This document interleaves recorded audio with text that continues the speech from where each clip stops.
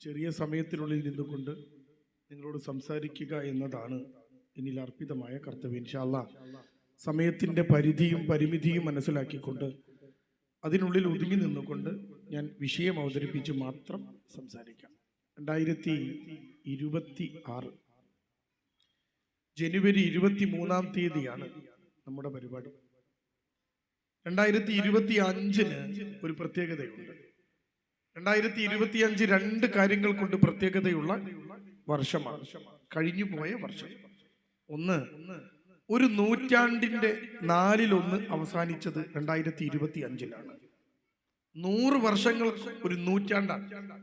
2000 തുടങ്ങിയ നൂറ്റാണ്ട് 21-ാം നൂറ്റാണ്ടിന്റെ 25 കൊല്ലങ്ങൾ നാലാക്കി തിരിച്ചാൽ അതിലൊരു ഭാഗം 25 കൊല്ലം തീർന്നിരിക്കുന്നു.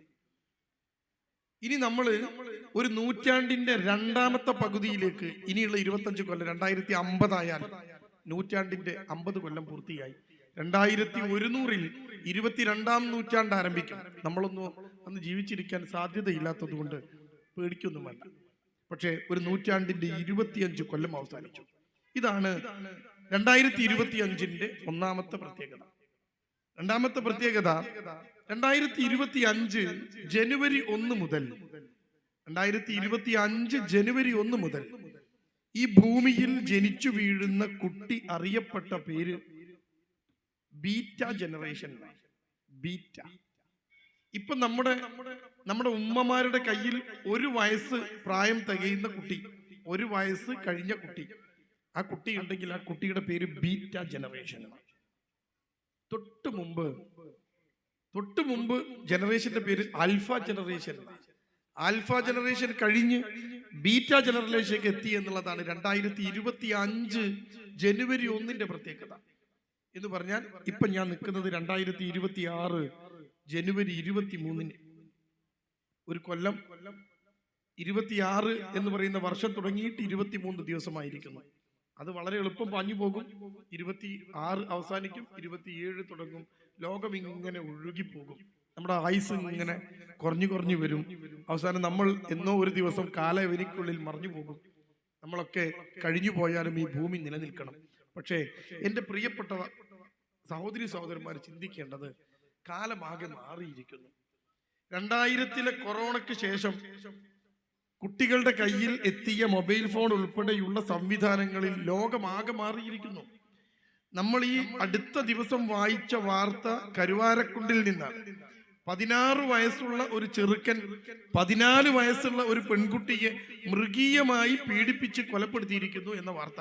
അവൾ ധരിച്ചിരുന്ന യൂണിഫോമിന്റെ ബ്ലൗസ് കൊണ്ട്, ഷർട്ട് കൊണ്ടാണ് ആ കുട്ടിയുടെ കൈ അവൻ പിറകിലേക്ക് കെട്ടിയത്. എന്നിട്ടാണ് 16 വയസ്സുള്ള ഒരു ചെറുക്കൻ ഒരു പെൺകുട്ടിയെ പീഡിപ്പിച്ചത്. എന്നിട്ട് അവളെ കഴുത്ത് ഞെരിച്ച് കൊന്ന് ഒരു കുറ്റിക്കാട്ടിൽ ഒളിപ്പിച്ച് പോലീസ് വന്ന് അവനെ പിടിച്ച് പോലീസ് ചോദ്യം ചെയ്തപ്പോ, അവന്റെ ടവർ ലൊക്കേഷൻ അവളുള്ള സ്ഥലത്തുണ്ട് എന്നറിഞ്ഞ് പോലീസ് ചോദ്യം ചെയ്തപ്പോ, വീട്ടുകാർ മൊഴി കൊടുത്തപ്പോ വളരെ കൂളായിട്ട് ഞാനിത് ചെയ്തില്ല എന്ന് പറഞ്ഞ് അവസാനം നിക്കക്കള്ളി ഇല്ലാതെ അവൻ കൊണ്ടുപോയി കാണിച്ചു കൊടുക്കണം. ഇതാ കൊന്നിട്ട കുട്ടി. ആ ചെറുക്കനോട് പോലീസുകാർ ചോദിക്കുന്ന ചോദ്യമുണ്ട്, നീ എന്തിനാ അവളെ കൊന്നത്? അപ്പോ ആ ചെറുക്കൻ പറഞ്ഞ മറുപടി, അവൾ കൊല്ലപ്പെടേണ്ട കുട്ടിയാണ് എന്നാണ്. വല്ലാത്ത മാറിയ മാനസികാവസ്ഥയുള്ള കുറെ മക്കൾ. ഇന്നലെ സോഷ്യൽ മീഡിയ ചർച്ച ചെയ്തത്, ഒരു റൂമിൽ കൊണ്ടുപോയി ഒരു ചെറുക്കനെ +2കാരായിട്ടുള്ള കുറെ കുട്ടികൾ ക്രൂരമായി മർദ്ദിക്കുന്ന ദൃശ്യങ്ങളാണ് സോഷ്യൽ മീഡിയയിൽ ആകെ വൈറലായപ്പോ പോലീസ് അതിനെതിരെയുള്ള പ്രവർത്തനങ്ങളൊക്കെ നടത്തിയിട്ട് 4 കുട്ടികളെ അറസ്റ്റ് ചെയ്ത് ജുവനൈൽ കോടതിയിൽ ഹാജരാക്കി അവരെ ഇപ്പോ നിയമത്തിന് മുന്നിൽ കൊണ്ടുവന്നു. 17 വയസ്സാണ് ആ 4 ചെറുക്കന്മാർക്കുള്ള പ്രായം. ഒരു പ്രത്യേക രീതിയിൽ മുടിയൊക്കെ വെട്ടി, ഒരു പ്രത്യേക രീതിയിൽ വസ്ത്രമൊക്കെ ധരിച്ച്, മുഖത്ത് മുഴുവൻ അഹങ്കാരം മാത്രമുള്ള 4 കുട്ടികൾ മുഖം പോലും മറയ്ക്കാതെ പോലീസുകാരുടെ മുന്നിൽ അവർ നിന്നു എന്നാ പറയുന്നത്. നിങ്ങൾ ആലോചിച്ച് നോക്ക്. ഞാൻ ഈ ആധുനിക കാലഘട്ടത്തിൽ ഈ ഒരാഴ്ചയിലെ സംഭവമായി പറഞ്ഞു. ഈ ഒരാഴ്ചയിലെ സംഭവം അല്ലെ? ബസ് കയറിയിട്ട് ആണിനടുത്ത് ചെന്ന് നിന്ന് തന്റെ ശരീരം ആണിന്റെ മേൽ ഒരസി അതിങ്ങനെ വീഡിയോയിൽ ഓൺലൈനായിട്ട് ഷൂട്ട് ചെയ്ത് എന്നിട്ട് അത് ആൾക്കാരെ കാണിച്ചിട്ട് എന്ത് വൃത്തികേട് കാണിച്ചിട്ടും ഓൺലൈനില് ഹിറ്റ് ആവണമെന്നും വൈറലാവണമെന്നും തനിക്ക് പണം കിട്ടണമെന്നും ചിന്തിക്കുന്ന വൃത്തികെട്ട സ്ത്രീകളുള്ള ലോകവുമായി ലോകം മാറിയത് നമ്മൾ കണ്ടു. ഒരു മനുഷ്യൻ മാനക്കേട് ഭയന്ന് ആത്മഹത്യ ചെയ്തു. ജീവനേക്കാൾ ഇസ്ലാം പ്രധാനം എന്ന് പറഞ്ഞ ഒരു സാധനമാണ് മാനം. മറ്റൊരു മനുഷ്യന്റെ മാനം കൊണ്ട് നിങ്ങൾ കളിക്കരുത്. ഇസ്ലാമിന്റെ അധ്യാപന സ്വത്ത് മാനം ഉണ്ടോ? ഒരു പെണ്ണിനോട് ഭർത്താവ് ഇല്ലാത്തപ്പോ സൂക്ഷിക്കാൻ പറഞ്ഞത് ഏറ്റവും വലിയ അമാനത്ത് ഭർത്താവിന്റെ സ്വത്തും മാനവുമാണ്. നിന്റെ മാനം കാക്കണം. മാനത്തിന് ഇമ്പോർട്ടൻസ് കൊടുത്ത ദീനാണ് ഇസ്ലാം എന്ന് പറയുന്നത്. ഒരു പെണ്ണ് ബസ് കയറിയിട്ട് കണ്ടന്റ് കിട്ടാനില്ല. ഈ യൂട്യൂബിൽ മുഴുവൻ ചാനലുകളാണ്, ഇൻസ്റ്റഗ്രാമിൽ ചാനലുകളാണ്. ഇൻസ്റ്റഗ്രാമിലും യൂട്യൂബിലും വീഡിയോ ഇടണമെങ്കിൽ ഒരു കണ്ടന്റ് വേണ്ടേ? അവനവന്റെ ബെഡ്റൂമിനകത്തുള്ള ദൃശ്യങ്ങൾ പോലും ഉളുപ്പില്ലാതെ പകർത്തിയിട്ട് അത് കണ്ടന്റാക്കാൻ ഉളുപ്പില്ലാത്ത മടിയില്ലാത്ത പുതിയ തലമുറയുള്ള ലോകം. ഇതാണ് ആധുനിക ലോകം. ഞാൻ ഈ ഒരാഴ്ചയിലെ സംഭവം പറഞ്ഞത്. ഒരു മനുഷ്യൻ ആത്മഹത്യയാണ്. അവന്റെ അഭിമാനത്തിന് ക്ഷതമേറ്റപ്പോ അവൻ ആത്മഹത്യ അറിയാത്തൊരു സംഭവം അല്ലേ? എന്നിട്ടോ അതുവരെ ഒരു വീഡിയോയിലും പർദ്ദയിടാത്ത പെണ്ണ് പോലീസ് പിടിച്ചപ്പോ പർദ്ദട്ട് സുരക്ഷിതമായിട്ടാത്ത പെണ്ണ്. അവള് പോലീസിനോട് പറഞ്ഞത്രേ, എനിക്ക് ഇത്തിരി സമയം തരണം. ബന്ധുവീട്ടിൽ ചെന്ന് പോലീസ് മഫ്റ്റിയിലാ ചെന്നത്. സ്വകാര്യ വാഹനത്തിൽ പോലീസുകാര് പോലീസിന്റെ വസ്ത്രം ധരിക്കാതെ ഈ പെണ്ണിനെ പിടിക്കാൻ വേണ്ടി ചെന്നപ്പോ പെണ്ണ് പറയണത്രേ, എനിക്ക് ഇത്തിരി സമയം വേണം. പോലീസുകാർ ചോദിച്ചു, എന്തിന്? എനിക്ക് വസ്ത്രം ഒന്ന് മാറ്റണം, പർദ്ദടണം, എന്നിട്ടൊരു മുഖം മൂടി ധരിക്കണം. ഓക്കെ, എന്നിട്ട് ആ പർദ്ദട്ടിട്ടാണ് എളുപ്പം നടക്കണേ. ചെയ്തതോ ആ വൃത്തികേടുകൾ ചെയ്തതൊക്കെ പർദ്ദടാതെ. ഒരുപാട് വീഡിയോകൾ ആ പെണ്ണിൻ്റെത് കാണാം. അതിലൊന്നും പർദ്ദല്ല. ചുണ്ട് ചോപ്പിച്ച് മുഖം മിനുക്കി വൃത്തികേടുകൾ മാത്രം ചെയ്തുകൊണ്ടൊരു തലമുറ ഇങ്ങനെ പോവാണ്. എന്നിട്ടോ ഒന്നും മിണ്ടാൻ വയ്യ, ആർക്കും ഒന്നും പറയാൻ വയ്യ. പറയുന്നവരൊക്കെ 6-ാം നൂറ്റാണ്ടിൽ നിന്ന് ബസ് കിട്ടാത്തവർ. ആരെങ്കിലും ഉപദേശിക്കാൻ ചെന്നാ ഉപദേശിക്കാൻ വരണ്ട എന്നാ കുട്ടി പറയണത്. സ്കൂളിലെ മാഷോട് പറയാണ്, ഉപദേശിക്കാൻ വരണ്ട. ഇസ്ലാം എന്ന് പറയുന്ന റബ്ബ് സുബ്ഹാനഹു വ തആലയുടെ മതത്തിന്റെ ഏറ്റവും വലിയ പ്രത്യേകത എന്താണെന്നറിയോ? 2 കാര്യങ്ങളാണ് ഇസ്ലാം നിങ്ങളോട് ആവശ്യപ്പെടുന്നത്. നിങ്ങൾ നന്മ ഉപദേശിക്കുക, തിന്മ വിരോധിക്കുക. ഇസ്ലാമിന്റെ അടിസ്ഥാന സാധനം. ഒരു മാതാവ് ചെയ്യേണ്ടതെന്താ? പിതാവ് ചെയ്യേണ്ടതെന്താ? അധ്യാപകൻ ചെയ്യേണ്ടതെന്താ? പുരോഹിതൻ ചെയ്യേണ്ടതെന്താ? ആരെയും നിങ്ങൾ നോക്കിക്കോ, ഇസ്ലാം അവരോടൊക്കെ പറയാണ്, നിങ്ങൾ തിന്മ വിരോധിക്കണം. അരുത്. നിങ്ങളൊരു തെറ്റ് കണ്ടാൽ അതിനെ നിങ്ങൾ കൈകൊണ്ട് തടയണം എന്നതാണ് ദീൻ. കഴിയില്ലേ നിങ്ങൾക്ക്? നിങ്ങൾ നാവ് കൊണ്ട് തടയണം. അതും കഴിയാത്ത അവസ്ഥ ഉണ്ടോ? നിങ്ങൾ മനസ്സുകൊണ്ടൊന്ന് വെറുക്കെങ്കിലും വേണം. എൻ്റെ മുമ്പിലിരിക്കുന്ന പ്രിയപ്പെട്ട ഉമ്മമാര് ചിന്തിച്ചു നോക്കണം, മക്കളുടെ അവസ്ഥ എന്താണ്? തെറ്റുകളല്ലാതെയായി തെറ്റുകൾ മാഞ്ഞു പോയിക്കൊണ്ടിരിക്കുന്ന ഒരു കാലഘട്ടത്തിലാണ് നമ്മൾ നിൽക്കുന്നത് അല്ലേ? ഒരു പാന്റ് കുപ്പായൊക്കെ ഇട്ടിട്ട് ഒരു പെൺകുട്ടി ഇങ്ങനെ സ്കൂളിൽ പോയി എന്താ കുഴപ്പമെന്ന് ചിന്തിച്ചു തുടങ്ങിയിരിക്കുന്നു നമ്മുടെ ഉമ്മമാർ. എല്ലാവരും അങ്ങനല്ലേ? 10-ാം ക്ലാസ് പഠിക്കുന്ന ആൺകുട്ടി വീട്ടിൽ വന്ന് ചോദിക്കുക, എനിക്കും വേണം ഫോണ്. ഉമ്മ ചോദിക്കുക, എന്തിനാണ് ഫോണ്? എല്ലാവർക്കും ഉണ്ട്. സ്കൂളിൽ ഒരു ദിവസം പറയാണ്, നാളെ യൂണിഫോം ഇടണ്ട, നാളെ നിങ്ങൾ യൂണിഫോം ഇടണ്ട. ഉടൻ കുട്ടി പാന്റ് കുപ്പായം എടുത്തിട്ടാ പോണ്. ഉമ്മ ചോദിക്കുക, എന്തിനാ മോളെ ഈ പാന്റ് കുപ്പായം? ഇതിങ്ങനെ ഇടാൻ പറ്റുമോ ഇസ്ലാമിൽ? ഇസ്ലാമിൽ ഒരു പെണ്ണിന്റെ വസ്ത്രത്തിന് ഇസ്ലാം കൽപ്പിച്ച ചില നിർദ്ദേശങ്ങളുണ്ട്, അത് പാലിക്കണ്ടേ? കുട്ടി പറയാ, എല്ലാരും ഇങ്ങനെയാണ്. മോളെന്താ മോളെ ചുണ്ടിന്റെ മുകളിൽ ചോപ്പ്? എല്ലാരും ഇങ്ങനെയാണ്. എന്തിനാ മുടി ഇങ്ങനെ മുറിച്ച് ഇങ്ങനെ തൂക്കിയത്? എല്ലാരും ഇങ്ങനെയാണ്. നമ്മൾ എന്താ ഈ കുട്ടികളോട് പറയേണ്ടത്? കുറച്ചാളുകൾ, കുറച്ച് പ്രായമുള്ളവർ, അവരിപ്പോഴും ദീനുമായിട്ട് ഇങ്ങനെ കൊണ്ടു നടക്കുകയാണ്. കുട്ടികളെ അവസ്ഥ എന്താ നിങ്ങൾ ആലോചിച്ച് നോക്കണം. എന്റെയും നിങ്ങളുടെയും മക്കളെ അവസ്ഥ ആലോചിച്ച് നോക്കണം. നിങ്ങൾ ആലോചിച്ച് നോക്കി. ഇതിന്റെ തൊട്ട് മുമ്പ് ഒരു 3-4 മാസങ്ങൾക്ക് മുമ്പ് 2025 നവംബർ മാസത്തിൽ എൻ്റെ നാട് ഒരു ജീപ്പ്, നമ്മുടെ കൊണ്ടോട്ടിയിൽ നിന്ന് കൊളപ്പുറത്തേക്ക് പോകുന്ന റോട്ടിൽ ഒരു ജീപ്പ് കുതിച്ചു പയ്യാണ്. ഒരു ഥാർ എന്ന് പറയുന്ന ജീപ്പ്. ആ ജീപ്പിന്റെ സ്പീഡ് കൊണ്ട് മുന്നിലെ ടയർ ഇങ്ങനെ പൊങ്ങണത് CCTV-യിൽ കാണാം. ആ ജീപ്പ് നേരെ ചെന്ന് ഇടിക്കുന്നത് ഒരു ലോറിയിലാണ്. നേർക്ക് നേരെ ഇടിയ. ജീപ്പ് വരുന്നത് കണ്ട് ലോറി ബ്രേക്ക് ചവിട്ടിയിട്ടുണ്ട്. പക്ഷേ ട്രാക്ക് മാറി നിയന്ത്രണം തെറ്റി വന്ന ജീപ്പ് ഇടിച്ച് കയറാണ് ആ ലോറിയിലേക്ക്. ആ ജീപ്പിൽ ഉണ്ടായിരുന്നത് 5 പേരാ. ആ താർ ജീപ്പിൽ ഓടിച്ച ചെറുക്കൻ തൽക്ഷണം മരിച്ചു. വയസ്സ് 17. തൽക്ഷണം മരിച്ചു. ആ വണ്ടി ഇങ്ങനെ ഇടിച്ചിട്ട്, ലോറിമേൽ ഇങ്ങനെ ഇടിച്ചിട്ട് ആ വണ്ടി ബാക്കോട്ട് ഇങ്ങനെ വരുന്നുണ്ട്. CCTV കാണാം. ഇടിച്ചിട്ട് ആ വണ്ടി ബാക്കോട്ട് ഇങ്ങനെ വരിക. ബാക്കോട്ട് വരുമ്പോ ആ വണ്ടിയിൽ നിന്ന് താഴേക്ക് വീഴുന്നത് വണ്ടി ഓടിച്ച ചെക്കന്റെ വലത്തെ കൈയാണ്. കൈ അറ്റു വീഴുക താഴേക്ക്. എന്ത് ഇടിയടിച്ചാലും എയർ ബാഗ് ഇങ്ങനെ ഓണായിട്ട് കഴുത്തിന്റെ എല്ലൊടിഞ്ഞിട്ടാ ചെറുക്കൻ മരിച്ചു പോയത്.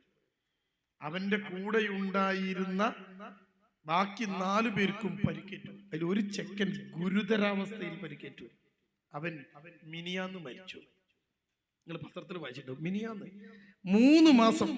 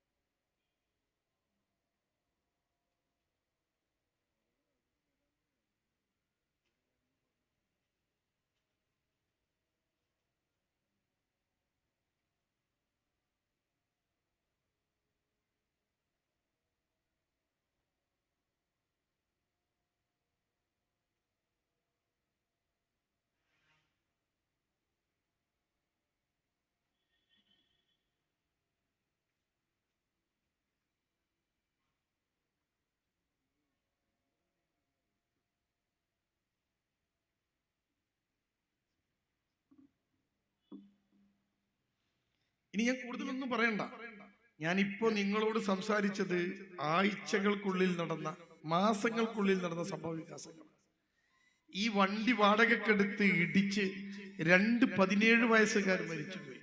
ആ വണ്ടിന്റെ ഉള്ളിൽ ഒരൊറ്റ കുട്ടിക്ക് ലൈസൻസ് ഇല്ല.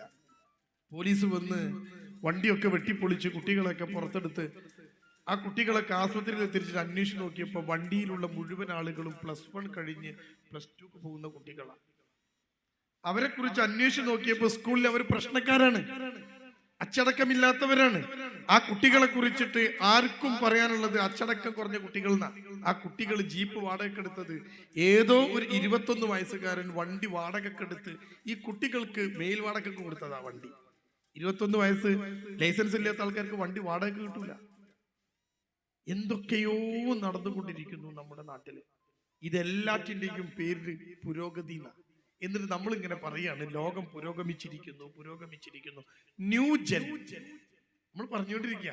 പക്ഷെ ഇവരുടെയൊക്കെ അവസ്ഥ എന്താ ആലോചിച്ച് നോക്ക് നിങ്ങൾ. ബന്ധങ്ങളാകെ തകരാറിലായിക്കൊണ്ടിരിക്കുക. ബാപ്പ, ഉമ്മ, സഹോദരി, സഹോദരന്മാർ, വീട്ടിനകത്തുള്ള ഒരു ബന്ധു കുട്ടിയൊക്കില്ല. എന്ത് ബന്ധമുള്ളത്? നിങ്ങൾ പറ, നിങ്ങളുടെ മക്കൾക്ക് എന്ത് ബന്ധമുള്ളത്? ഇവിടെ നിന്നുകൊണ്ട് നമ്മൾ ചിന്തിക്കുക, ഈ മാറിയ കാലത്ത് ജാഗ്രത പുലർത്തേണ്ടതുണ്ട്. നമ്മുടെ വീട്ടിന്റെ മുറ്റത്തേക്ക്, നമ്മുടെ വീട്ടിന്റെ പടികൾ കയറി അകത്തേക്ക് ഇത് വന്നുകൊണ്ടേയിരിക്കണം. നമ്മൾ ചിന്തിക്കുക ഇതൊന്നും നമുക്ക് സംഭവിക്കില്ല എന്ന് ചിന്തിക്കണ്ടോ?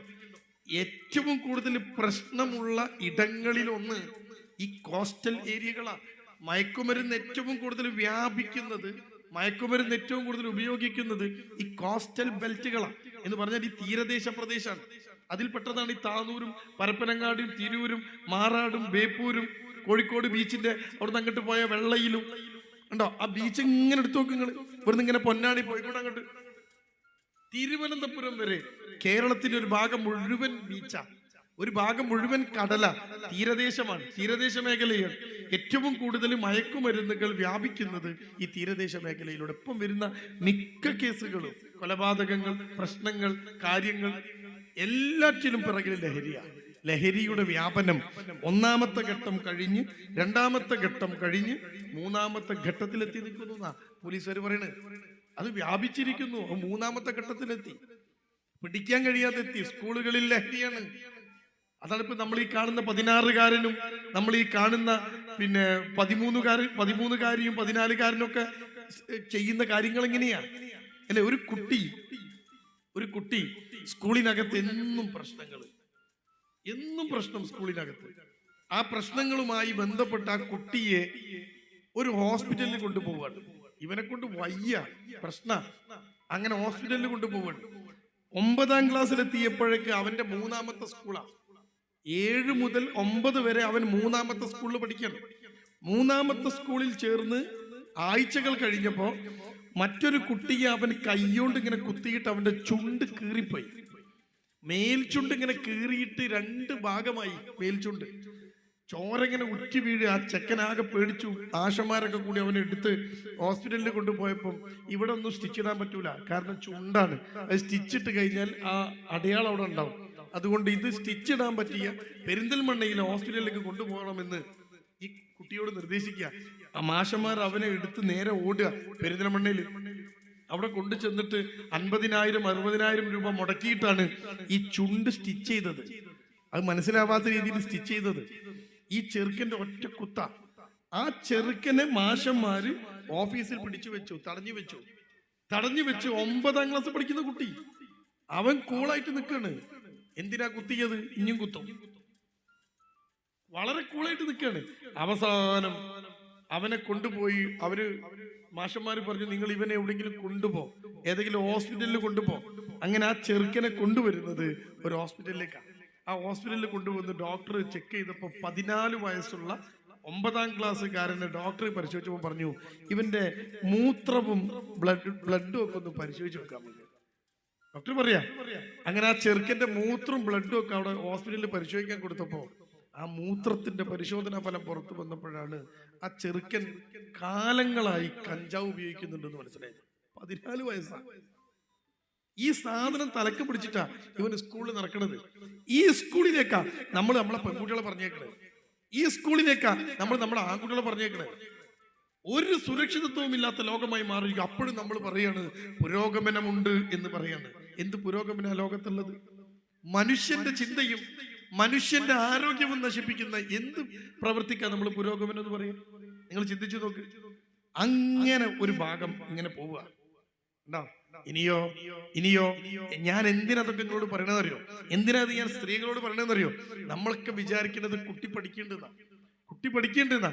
ഇവിടുന്ന് നമ്മുടെ പെൺകുട്ടികളെ കുറിച്ച് ചിന്തിച്ചു നോക്ക്. നിങ്ങൾ നമ്മുടെ ആൺകുട്ടിയെ കുറിച്ച് ആലോചിച്ച് നോക്ക്. നിങ്ങൾ നമ്മുടെ കോളേജിലും സ്കൂളിലും വേണ്ടത്ര കുട്ടികളില്ലാത്ത കോഴ്സ് കൂട്ടിക്കൊടുക്കുക. നമ്മുടെ ഫറൂഖ് കോളേജില്, EMEA കോളേജ്, MES കോളേജ്, ഇവിടെ ഒന്നും കുട്ടികളില്ല. ഒരു കുട്ടിക്കും ഡിഗ്രി പഠിക്കണ്ട, ഒരു കുട്ടിക്കും നാട്ടു പഠിക്കണ്ട. +2 കഴിഞ്ഞാൽ പിന്നെ ഒരു പെൺകുട്ടി ചിന്തിക്കുന്നത് ഇവിടുന്ന് പോണം, കഴിയുമെങ്കിൽ ഈ നാടും തന്നെ പോണം, യൂറോപ്പിക്ക്. കുട്ടി പറയാണ്, വാപ്പ പറയും യൂറോപ്പിക്ക് ഒന്നും വിടാൻ പറ്റൂല, എന്നാ പിന്നെ ഞാൻ കേരളത്തിൽ പഠിക്കൂല. ബാംഗ്ലൂര്, മംഗലാപുരം നമ്മുടെ മക്കള് പോവുക. എന്നിട്ട് തിരിച്ചു വരുമ്പോഴേക്ക് നല്ല മക്കനെ ഇട്ട ദീനിയായ കുട്ടി ഒരു പാന്റും ഒരു ടീഷർട്ടും ഇട്ട് തിരിച്ചു വരും. ദീനുമില്ല, ദുനിയാവുമില്ല, എല്ലാം നഷ്ടപ്പെടുത്തി കുട്ടി തിരിച്ചു വരും. എന്നിട്ട് എന്താ കിട്ടിയത്? ഇവിടെ കിട്ടിയത് ആൺകുട്ടിയോ? നിങ്ങൾ ചോദിച്ചു നോക്ക് നിങ്ങളെ കുട്ടീനോട് +2 കഴിഞ്ഞിട്ട് പോണം, എങ്ങോട്ടാ പോണ്ടി? ആവൊന്നും അറിയില്ല, പോണം. ഇവിടെ നിൽക്കാൻ പറ്റൂല, ഇന്ത്യ ശരിയല്ല, എങ്ങോട്ടെങ്കിലും പോയിട്ട് പഠിക്കണം എന്നാ. എന്നിട്ട് ലോൺ എടുക്കുക ബാങ്കിൽ നിന്ന് 8 ലക്ഷം 10 ലക്ഷം 20 ലക്ഷം ആ കുട്ടിയെ കൊണ്ട് പോവുക. ഒരു പണക്കാരനായ മനുഷ്യൻ. നിങ്ങൾ ചിന്തിക്കേണ്ട കാര്യമാണ്. കുട്ടീനെ പഠിപ്പിക്കുക എന്നുള്ളതല്ല കൂട്ടരെ നമ്മുടെ പ്രധാനപ്പെട്ട ഉദ്ദേശം. അത് ഉദ്ദേശങ്ങളിൽ ഒന്ന് മാത്രമാണ്. നമ്മുടെ മക്കളെ പഠിപ്പിച്ച് മിടുക്കരാക്കുക എന്നത് നമ്മുടെ ഉദ്ദേശങ്ങളിൽ ഒന്ന് മാത്രമാണ്. അത് മാത്രമല്ല നമ്മളെ ഉദ്ദേശം. പിന്നെന്താ? ആ കുട്ടി നാളെ നമുക്ക് ഉപകാരപ്പെടണം. പോരാ, നാട്ടുകാർക്ക് ഉപകാരപ്പെടണം. പോരാ, നാടിന് ഉപകാരപ്പെടണം. ഇതൊന്നും പെട്ടില്ലെങ്കിൽ എന്തിനാ നിങ്ങൾ ആ കുട്ടീനെ പോറ്റി? ഇതിനെപ്പറ്റി ആർക്കെങ്കിലും ഉപകാരപ്പെടണ്ടേ കുട്ടി? ഒന്നുകിൽ നമുക്ക്, അല്ലെങ്കിൽ നാട്ടുകാർക്ക്, അതല്ലെങ്കിൽ നാടിന്. ആർക്കാ നമ്മുടെ മക്കൾ ഉപകാരപ്പെടുക? ഒരു റൂമിനകത്ത് രാത്രി മുഴുവൻ തന്റെ മൊബൈൽ ഫോണിന്റെ ചെറിയ സ്ക്രീനിൽ നോക്കിയിട്ട് ഉറക്കം വളച്ചിരിക്കുന്ന കുട്ടി. പകൽ കാണാത്ത കുട്ടികളുണ്ട്. എത്രയോ കുട്ടികൾ പകല് കാണുന്നില്ല, രാത്രിയാണ് നൈറ്റ് ലൈഫ്. കോഴിക്കോട് ബീച്ച് നേരം പുലരുവോളുണ്ട്. കോഴിക്കോട് ബീച്ച് നിങ്ങൾ പോയി നോക്കിയാൽ രാത്രി 2:30-ക്കും 3:30-ക്കും 4:00-ക്കും 5:00-ക്കും ഒക്കെ ബീച്ചുണ്ട്. മക്കൾ അവിടെയാണ്. നേരം പുലരുന്ന് ആ കുട്ടി തിരിച്ചു പോവാണ്. രാവിലെ മുഴുവൻ കിടന്നുറങ്ങുക. പകല് കാണാത്ത കുട്ടി, സൂര്യനെ കാണാത്ത കുട്ടി. നമ്മുടെ മക്കളെ അവസ്ഥ ഇത്. എണീക്കപ്പോഴാ ഉച്ചക്കെ കഴിഞ്ഞ് 2-2:30 ആകുമ്പോൾ എണീറ്റ് അല്ലേ, ഓൻ വന്ന് വീട്ടിൽ വല്ലതും ഉണ്ടെങ്കിൽ തിന്ന് പിന്നെയും പോയിട്ട് ക്ഷീണം മാറ്റി കിടന്നുറങ്ങി. ഒരു രാത്രി സജീവ. മൊബൈൽ ഫോണിന്റെ കമ്പനികൾ സിം റീചാർജ് ചെയ്യുമ്പോൾ പറയുന്ന പറച്ചിലെന്താ? രാത്രി 12 മണി മുതൽ രാവിലെ 6 മണി വരെ ഇന്റർനെറ്റ് ഫ്രീയാ, ഒരു പൈസ ഇല്ല. അപ്പൊ റീചാർജ് ചെയ്താലുള്ള ഗുണം എന്താ? രാത്രി 12 മുതൽ 6 വരെ ഫ്രീയാ. കുട്ടി എപ്പോഴാ ഉറങ്ങുക? എപ്പോഴാ ഉറങ്ങുക? അപ്പൊ ഈ മക്കൾ ഇങ്ങനെ ഇതിന്റെ അടുത്ത് അഭിരമിച്ചിരിക്കുക. എന്നിട്ട് ഒരു ഫോണും കയ്യിൽ കൊടുത്ത് കുട്ടീനെ പഠിപ്പിക്കാൻ വിടുക. സാമ്പത്തികമായി ഉയർന്നു നിൽക്കുന്ന ഒരു മനുഷ്യൻ, നല്ല പണക്കാരനാണ്. അയാൾക്ക് ബിസിനസ്സുകളുണ്ട്. അയാൾക്ക് 3 ആൺകുട്ടികളാണ്. അയാൾ പടച്ചവനോട് ഇങ്ങനെ ശുക്ർ ചെയ്തു, അല്ലാ 3 ആൺകുട്ടികളെ തന്നത് നന്നായി. കാരണം എന്താ? ഇയാളെ ബിസിനസ് കൊണ്ടെടുക്കാൻ ഇയാൾക്ക് കഴിയില്ല. അപ്പൊ ഈ ആൺകുട്ടികളെ കൊണ്ട് വലുതായി കഴിഞ്ഞാൽ ബിസിനസ് ഒക്കെ ഓരോരുത്തർ ഇങ്ങനെ ഏൽപ്പിക്കുക. മൂത്ത മകൻ മിടുമിടുക്കൻ, നന്നായിട്ട് പഠിക്കുന്ന കുട്ടി. അവൻ ബാപ്പാനോട് പറഞ്ഞു, ബാപ്പ ഞാൻ വേറൊന്നും പഠിക്കില്ല, ഞാൻ കൊമേഴ്സ് പഠിച്ചോളാം. ബാപ്പ പറഞ്ഞു അതാ നല്ലേ, എന്നാ ബിസിനസ്സിലൊക്കെ ഇറങ്ങാൻ സുഖ. ആ ചെറുക്കൻ നാട്ടില് +2 കഴിഞ്ഞ് ഡിഗ്രി കഴിഞ്ഞ്, ഒരു കൊമേഴ്സിൽ ഡിഗ്രി തന്നെ ധാരാളാ. ഒരു കൊമേഴ്സ് നന്നായി പഠിച്ച ഡിഗ്രി തന്നെ ധാരാളാ. ആ ഡിഗ്രി ഒക്കെ പഠിച്ചിട്ട് അവൻ ബാപ്പാനോട് പറഞ്ഞു, ബാപ്പ നീ എന്ത് ചെയ്യണം? ബാപ്പ ഇങ്ങനെ ആലോചിച്ചു, ചെക്കനാകെ 10-21 വയസ്സായിട്ടുണ്ട്. ഇപ്പോഴേ ഈ ബിസിനസിന്റെ ഭാരം അവന്റെ തലേക്ക് എടുക്കണ്ട, കുറച്ചുകൂടെ കിടക്കോട്ടെ. ബാപ്പ അവരോട് പറഞ്ഞു, മോനെ നീ എവിടെങ്കിലും പോയിട്ട്, പൈസ ഉണ്ട്, ഓടി കാറും കൊണ്ട് നടക്കണ ബാപ്പ, കയ്യിൽ പണം ഉണ്ട്, നീ എവിടെങ്കിലും ചെന്നിട്ട് ഒന്ന് പഠിക്കും. അപ്പൊ ഈ ചെറുക്കൻ ചോദിച്ചു എവിടെ ഇപ്പൊ പോവാ? ബാപ്പ പറഞ്ഞു ഒരു കാര്യം ചെയ്യാം, നമുക്ക് UK പോവാം, പൈസ ഉണ്ട്. അങ്ങനെ UK പോകണം എന്ന് ഒരാഗ്രഹം ഇല്ലാത്ത ഈ ചെറുക്കനെ ബാപ്പ പറയണം, UK പോയിട്ട് നീ ഏതെങ്കിലും ഒരു കോഴ്സ് ചെയ്യും, ബിസിനസ്സുമായിട്ട് ബന്ധപ്പെട്ട്, എന്നാ പിന്നെ നമുക്ക് ബിസിനസ്സിലൊക്കെ പറ്റുമല്ലോ. അങ്ങനെ ഈ ചെറുക്കനെ നന്നായിട്ട് നേരത്തിന് നിസ്കരിച്ച് നോമ്പ് വെച്ച് ഉമ്മാന്റെയും ബാപ്പാന്റെയും കൂടെ ഇങ്ങനെ നിന്ന്, മൂത്ത മോനാ, ഉമ്മാന്റെ കോന്തലിയും പിടിച്ചോ അങ്ങനെ നടക്കും, അടുക്കളയിലൊക്കെ ഉണ്ടാവും. ഉമ്മാനെ ഭയങ്കര ഇഷ്ടമാണ്. ഉമ്മ കരഞ്ഞ ഓൻ ആകെ ടെൻഷനാവും, ഉമ്മ ചിരിച്ച ഓൻ സന്തോഷിക്കും. 21 വയസ്സുള്ള ഒരു ചെക്കനെ കുറിച്ചാണ് ഞാൻ പറയുന്നത്. നല്ല മോനെ, എല്ലാ സൗകര്യം വീട്ടിലുണ്ട്, ചെക്കൻ നല്ല കുട്ടിയിട്ട് വളരുക. ഈ ബാപ്പ പറയാ നീ പോയിട്ട് UK ചെന്നിട്ട് ബിസിനസിന്റെ ഒരു കോഴ്സ് പഠിക്കും. ആ ചെറുക്കനെ ബാപ്പ UK പറഞ്ഞേക്കുക. നോക്കണം, UK ചെന്നിട്ട് അവനൊരു കൊല്ലത്തെ കോഴ്സ്, UK അങ്ങനെ കോഴ്സ് ഉണ്ട്, PG 1 കൊല്ലം UK 1 കൊല്ലത്തെ കോഴ്സ്, പോസ്റ്റ് ഗ്രാജുവേറ്റ് ഡിപ്ലോമ ഒരു ബിസിനസ്സിൽ അവൻ ചെയ്യാൻ വേണ്ടി UK പോവുക. ബാപ്പന്റെ നോട്ടമില്ല, ഉമ്മാക്ക് നോക്കാൻ കഴിയില്ല, ഒരു കുടുംബക്കാരും ഇല്ല, ആരും കാണാത്ത ഒരിടം. ഈ ചെറുക്കനോട് പോയിട്ട് 1 കൊല്ലം കഴിഞ്ഞ് ഓന്റെ കോഴ്സൊക്കെ കഴിഞ്ഞപ്പോ ബാപ്പ പറഞ്ഞു ഇനി ഇങ്ങോട്ട് പോരും. അപ്പൊ ആ ചെക്കൻ പറഞ്ഞു, ബാപ്പ 1 കൊല്ലം കഴിഞ്ഞ് ഇവിടെ ഞാൻ പഠിച്ചില്ലേ, ഇനി ലാംഗ്വേജ് ഒക്കെ ഒന്ന് ശരിയാവണമെങ്കിൽ ഞാൻ ഇവിടെ ഒന്ന് വർക്ക് ചെയ്യട്ടെ, ഇവിടെ ഞാൻ കുറച്ചു കാലം ഒന്ന് വർക്ക് ചെയ്യട്ടെ. ബാപ്പ വിചാരിച്ച് പാവം 22ാമത്തെ വയസ്സിൽ ഇവന്റെ തലേക്ക് ബിസിനസ് വെക്കണ്ട, അതുകൊണ്ട് ഇവൻ കുറച്ചു ദിവസം ഒന്ന് വർക്ക് ചെയ്തോട്ടെ. അങ്ങനെ ബാപ്പ അവനോട് പറഞ്ഞു ശരി എന്നാ മോൻ വർക്ക് ചെയ്തോ. അവൻ ഏതോ ഒരു കമ്പനിയിലവിടെ കയറി. ആ ചെക്കൻ 1 കൊല്ലം കഴിഞ്ഞപ്പോ ബാപ്പ പറഞ്ഞു വാ. അവൻ പറഞ്ഞു ഞാൻ ഇപ്പൊ വരില്ല, ഇപ്പൊ 1 കൊല്ലം കൂടി വർക്ക് ചെയ്യട്ടെ, അപ്പൊ എക്സ്പീരിയൻസ് ആവും. ബാപ്പ വിചാരിച്ചു ശരി, 23ാമത്തെ വയസ്സല്ലായിട്ടുള്ളൂ, ഓനപ്പം തന്നെ ബുദ്ധിമുട്ടാക്കണ്ട. 2 കൊല്ലം 1 കൊല്ലം ഒരു കോഴ്സ് പഠിച്ച് 2 കൊല്ലം അവന് ഈ കോഴ്സിന്റെ ഇതൊക്കെ കഴിഞ്ഞ് ജോലി ചെയ്ത് 3 കൊല്ലം കഴിഞ്ഞ് 24ാമത്തെ വയസ്സിൽ നാട്ടിൽ ബ്രിട്ടനിൽ നിന്ന് തിരിച്ചു വരികയാണ്. തിരിച്ചു വന്നിട്ട് അവൻ ബാപ്പ ഉമ്മ ഇങ്ങനെ വിചാരിക്കും, ഈ ചെക്കൻ എന്തോ മാറ്റുണ്ടല്ലോ പഠിച്ചോനെ, എന്റെ കുട്ടി ആകെ മാറിപ്പോയിടല്ലോ. ഞാൻ എന്റെ കണ്ണ് നിറയുമ്പോ ഉള്ളു പിടച്ചിരുന്ന കുട്ടിക്ക് ഞാൻ പൊട്ടിക്കറിഞ്ഞിട്ട് പോലും ആ ചെറുക്കനൊരു എഫക്റ്റും ഇല്ലല്ലോ, എന്താ എന്റെ കുട്ടിക്ക് പറ്റിയത്? ഉമ്മ ആകെ ബേജാറാവാണ്. അവസാനം ബാപ്പ 24ാമത്തെ വയസ്സിൽ അവന്റെ പേരിലേക്ക് ബാങ്കിന്റെ അക്കൗണ്ടും കാര്യങ്ങളും സാധനങ്ങളും ഒക്കെ മാറ്റി കൊടുക്കുമ്പോ ഇവൻ പറഞ്ഞു ബാപ്പ എന്റെ പേരിലേക്ക് ആക്കണ്ട, ഞാന് വേറെ ജോലി നോക്കുന്നുണ്ട്, കണ്ടോ, വേറെ ജോലി നോക്കണ്ടേ. അങ്ങനെ ഈ ചെറുക്കനിങ്ങനെ നിൽക്കുമ്പോൾ ബാപ്പ പറയും, എന്നാ പിന്നെ ഒരു കാര്യം ചെയ്യാം, 24 വയസ്സായി, ഉമ്മാന്റെ അടുത്ത് ആരുമില്ല, നമുക്കൊരു കല്യാണം നോക്കാം. അപ്പൊ ആ ചെക്കൻ പറഞ്ഞു, കല്യാണം എന്ന് ഞാനൊരു അഡ്രസ്സ് തരാം, നിങ്ങളൊന്ന് അന്വേഷിക്കും. ബാപ്പ പറഞ്ഞു, എന്നാ പിന്നെ എന്റെ വാട്സപ്പിലേക്ക് ഈ ഒന്ന് അയച്ചാൽ മതി, ആ ഏതാ പെണ്ണ്, ആ പെണ്ണിന്റെ ബാപ്പാന്റെ നമ്പർ ഒന്ന് അയച്ചാൽ മതി. ബാപ്പ നമ്പർ അയച്ചു കൊടുത്തു. ബാപ്പ വിളിച്ചപ്പോ കോട്ടയത്തോ കാഞ്ഞിരപ്പള്ളിയോ എവിടെ ഉള്ള ഒരു മനുഷ്യന്റെ ഫോണിലേക്ക് ആ ഫോണ് പോയത്.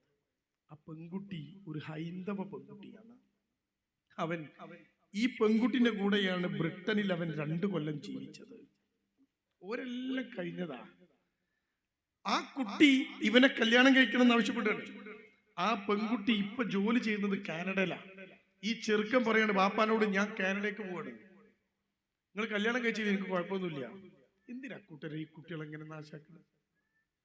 ഞാനത് അങ്ങോട്ട് പറഞ്ഞത്, പഠിപ്പിക്കുക എന്നത് ഒരു ഉദ്ദേശങ്ങൾ, പല ഉദ്ദേശങ്ങളിൽ ഒന്നാണ്. പ്രധാനപ്പെട്ട ഉദ്ദേശം എന്താ?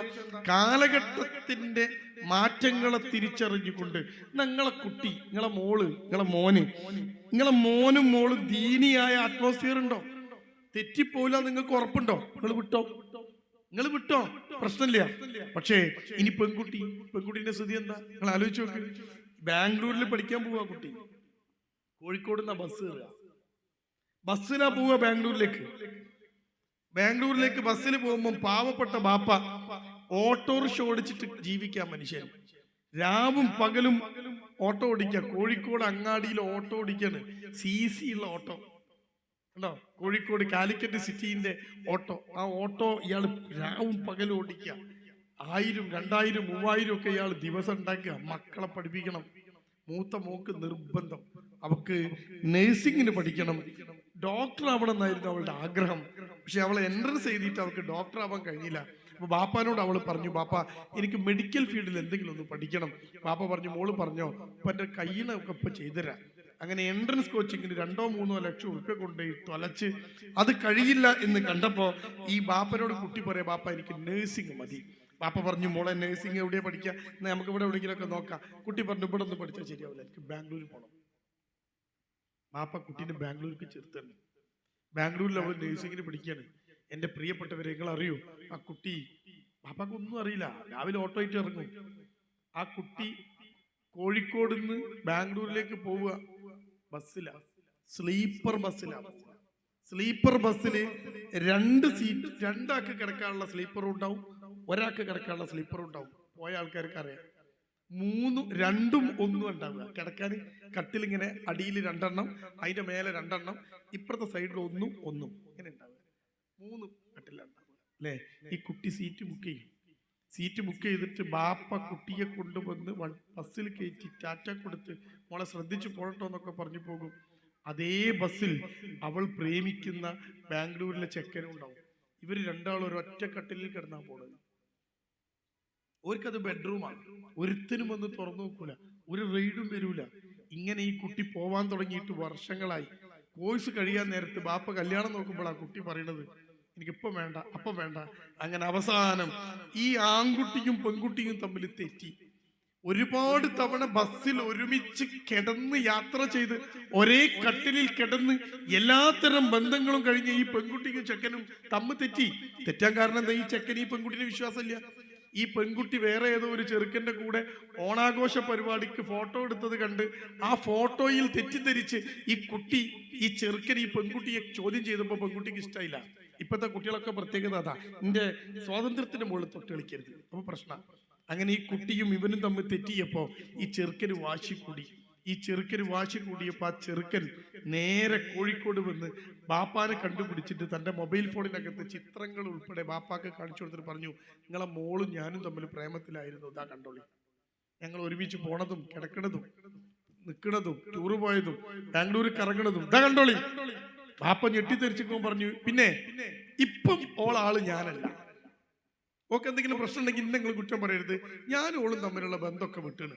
ബാപ്പു വെച്ചു, ആരുമായിട്ട് ബന്ധം, വേറെ ഏതൊരു ചെക്കനായിട്ട് ബന്ധമുണ്ട്, അതുകൊണ്ട് ഇന്നെ കുറ്റം പറയരുത്, അസ്സലാമു അലൈക്കും, ഞാൻ പോവാണ്. വീട്ടിലെത്തിയപ്പോഴേക്കാ ബാപ്പാന്റെ നെഞ്ചിന്റെ അകത്ത് വേദന ഉണ്ട്, നെഞ്ച് പിടിച്ചിട്ടാ വരുന്നത്. എന്താ മോളെ നീ കേൾക്കണത്? ആ പെൺകുട്ടി എല്ലാം സമ്മതിച്ചു. കൗൺസിലിങ്ങിന് കൊണ്ടുവന്നപ്പോ ആ കുട്ടി പറയാണ്, അവൻ എന്നെ എല്ലാ തരത്തിലും ഉപയോഗിച്ചിട്ടുണ്ട്, ഞാൻ ചോദിച്ചു, എന്നിട്ടോ? വെറുതെ ആവശ്യമില്ലാത്തൊരു കാര്യം പറഞ്ഞിട്ട് അവൻ എന്നെ ഒഴിവാക്കി. ഞാൻ ആ കുട്ടീനോട് ചോദിച്ച ചോദ്യമുണ്ട്, മോളെ, നിന്നെ ഒരിക്കലും അവൻ കല്യാണം കഴിക്കൂല. എന്റെ ശബ്ദം കേൾക്കുന്ന കുട്ടികൾ മനസ്സിലാക്കണം.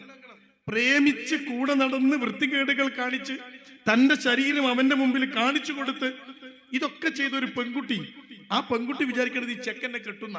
ഞാൻ ആ കുട്ടിയോട് പറഞ്ഞു, മോളെ, ഈ ചെറുക്കൻ നിന്നെ കല്യാണം കഴിക്കില്ല. അപ്പൊ ആ കുട്ടി എന്നോട് ചോദിച്ചു, എന്തുകൊണ്ട്? ഞാൻ പറഞ്ഞു, നീ ചതിക്കുന്നത് നിന്റെ ബാപ്പനെയാണ്. നീ ബാപ്പാനെ ചതിക്കുന്നു എന്ന് ഈ ചെക്കനറിയാം. കാരണം അവൻ ബാപ്പ കൊണ്ടുചെന്ന് പൈസ മുടക്കി ബാപ്പ ബുക്ക് ചെയ്ത് കൊണ്ടുചെന്നാക്കി ടാറ്റ കൊടുത്തിട്ട് പ്രാർത്ഥിച്ച് ബാപ്പ തിരിഞ്ഞു നടക്കുമ്പോ ബാപ്പാക്കൊരു വിശ്വാസമുണ്ട്, എന്റെ കുട്ടി തെറ്റൂല. ആ വിശ്വാസമുള്ളതുകൊണ്ട് ബാപ്പ പറഞ്ഞേച്ചത്. ആ ബാപ്പാനെയാണ് ഈ കുട്ടി പറ്റിക്കുന്നത്, ആ ഉമ്മാനെയാണ് ഈ കുട്ടി ചതിക്കുന്നത്. ഉമ്മാനെ ചതിക്കുന്ന ബാപ്പാനെ പറ്റിക്കുന്ന പെൺകുട്ടിയെ ഏത് ചെക്കൻ ആ കൂട്ടരെ വിശ്വസിക്കുക? ഞാൻ ആ കുട്ടിയോട് ചോദിച്ചു, നിന്നെ എങ്ങനെ വിശ്വസിക്കും ഈ ചെക്കൻ? നീ ഒന്നാം നമ്പർ ചതി, ഒന്നാം നമ്പർ വഞ്ചകിയാണ്, നിന്നെ എങ്ങനെ വിശ്വസിക്കും അവൻ? അപ്പോൾ ആ കുട്ടി മേലോട്ട് നോക്കണത്, കണ്ണീരൊഴുക്കിയിട്ട് കുട്ടി പറയണേ, എനിക്കെല്ലാം നഷ്ടപ്പെട്ടു. ഞാൻ പറഞ്ഞു, മാർഗമുണ്ട്, ദീനിലേക്ക് നീ തിരിച്ചു വന്ന മാർഗമുണ്ട്, എല്ലാം അള്ളാഹ് പൊറുക്കും. പക്ഷെ നീ തൗബ ചെയ്യണം, ഇനി തെറ്റിക്ക് പോകരുത്. എന്റെ ശബ്ദം കേൾക്കുന്ന കുട്ടികൾ, എന്റെ ശബ്ദം കേൾക്കുന്ന മാതാപിതാക്കളൊക്കെ ചിന്തിക്കേണ്ടത് കുട്ടി പഠിക്കട്ടെ എന്നാണ്, അല്ലേ? ഈ കാലഘട്ടത്തിന്റെ അവസ്ഥ എന്താ നിങ്ങൾക്കറിയോ? ഒരു കോളേജിൽ, ഒരു സ്കൂളിൽ ഒരു ആൺകുട്ടിയും പെൺകുട്ടിയും സംസാരിച്ചാൽ, വേണ്ടാത്ത രീതിയിൽ നിന്നാൽ, ഒരു 10 കൊല്ലം മുമ്പ് വരെ നമ്മൾ ചോദ്യം ചെയ്യുമായിരുന്നു. എന്താ അവിടെ നിൽക്കണേ? ആരാങ്ങള്? എന്താ അവിടെ? ഇപ്പൊ നിങ്ങളും ചോദിച്ചു വിവരറിയും കണ്ടോ? ഉടൻ പോലീസ് നിങ്ങളെ പിടിക്കും. എന്തിനാ? നിങ്ങൾ മോറൽ പോലീസിങ്, സദാചാര പോലീസ്. നിങ്ങളെ വിളിക്കുന്ന പേരേതാ? മുണ്ടരുത്. 2 കുട്ടിയൊക്കെ ഒരുമിച്ച് നടന്നാൽ എന്താ? ആണും ഒരുമിച്ച് ജീവിച്ചാൽ എന്താ? കുട്ടികൾ ചോദിച്ചുകൊണ്ടിരിക്കുന്ന ചോദ്യമാണ്. ഇവിടെ ഒക്കെ നിന്നുകൊണ്ട് ഞാൻ ഇങ്ങനെ പറയണ എന്തിനാ നിങ്ങള്? നമ്മുടെ ലോകത്തിന്റെ അവസ്ഥ, ചെറിയ രീതിയിൽ കൗൺസിലിങ്ങും കാര്യങ്ങളും, ആൾക്കാരോട് സംസാരവും കുട്ടികളോട് സംസാരവും ഒക്കെ ഉള്ളത് കൊണ്ട് എൻ്റെ അനുഭവങ്ങളാണ് നിങ്ങളോട് പറയുന്നത്. നമ്മൾ വീട്ടിനകത്ത് ഇങ്ങനെ ഇരിക്കുമ്പോൾ നമ്മളിങ്ങനെ ഖുർആൻ ക്ലാസ്സിന് പോകുന്നു, നിസ്കരിക്കുന്നു, നോമ്പ് വെൽക്കുന്നു, ജുമാക്ക് പോകുന്നു, വയല് കേൾക്കുന്നു, ഇങ്ങനെ പോയി നമ്മൾ വിചാരിക്കും ഇതാ ലോകം. ഇതിനപ്പുറത്ത് വല്ലാത്തൊരു ലോകമുണ്ട്. കുട്ടികൾ അപകടകരമായ രീതിയിൽ വളരുന്നുണ്ട്. അതിന്റെ ചില കാഴ്ചകളാണ് നമ്മൾ പുറത്തിങ്ങനെ വന്നുകൊടുക്കണേ, ചില കാഴ്ചകൾ മാത്രം, ചിലത് മാത്രം. അപ്പൊ നമ്മൾ ചിന്തിക്കേണ്ടത് നമ്മുടെ മക്കൾക്ക് എന്ത് സംഭവിച്ചു എന്ന് വലിയൊരു ചിന്ത ഉമ്മമാര് ചിന്തിക്കണം, സ്ത്രീകൾ ചിന്തിക്കണം. എന്താണ് മാറിയത്? കാലം മാറി, പക്ഷെ എന്താ മാറിയത്? ഇനി ഞാൻ പറയുന്നത് എൻ്റെ പ്രിയപ്പെട്ടവർ ചിന്തിക്കണം. നമ്മുടെ മക്കൾ ചോദിക്കുന്ന ഒരു ചോദ്യമുണ്ട്. ഹോട്ടലിൽ ജോലി ചെയ്യുന്ന പാപ്പ രാവിലെ മുതൽ അടുപ്പിന്റെ അടുത്താ ജോലി. രാവിലെ മുതൽ ബാപ്പ അടുപ്പത്തേക്ക് കയറുക, 4 മണിക്ക് ഹോട്ടലിലെത്തണം, മാവ് കുഴച്ചു വെക്കണം, കാര്യങ്ങൾ ഒരുക്കി വെക്കണം. ഹോട്ടലിലെ പണി അങ്ങനെ.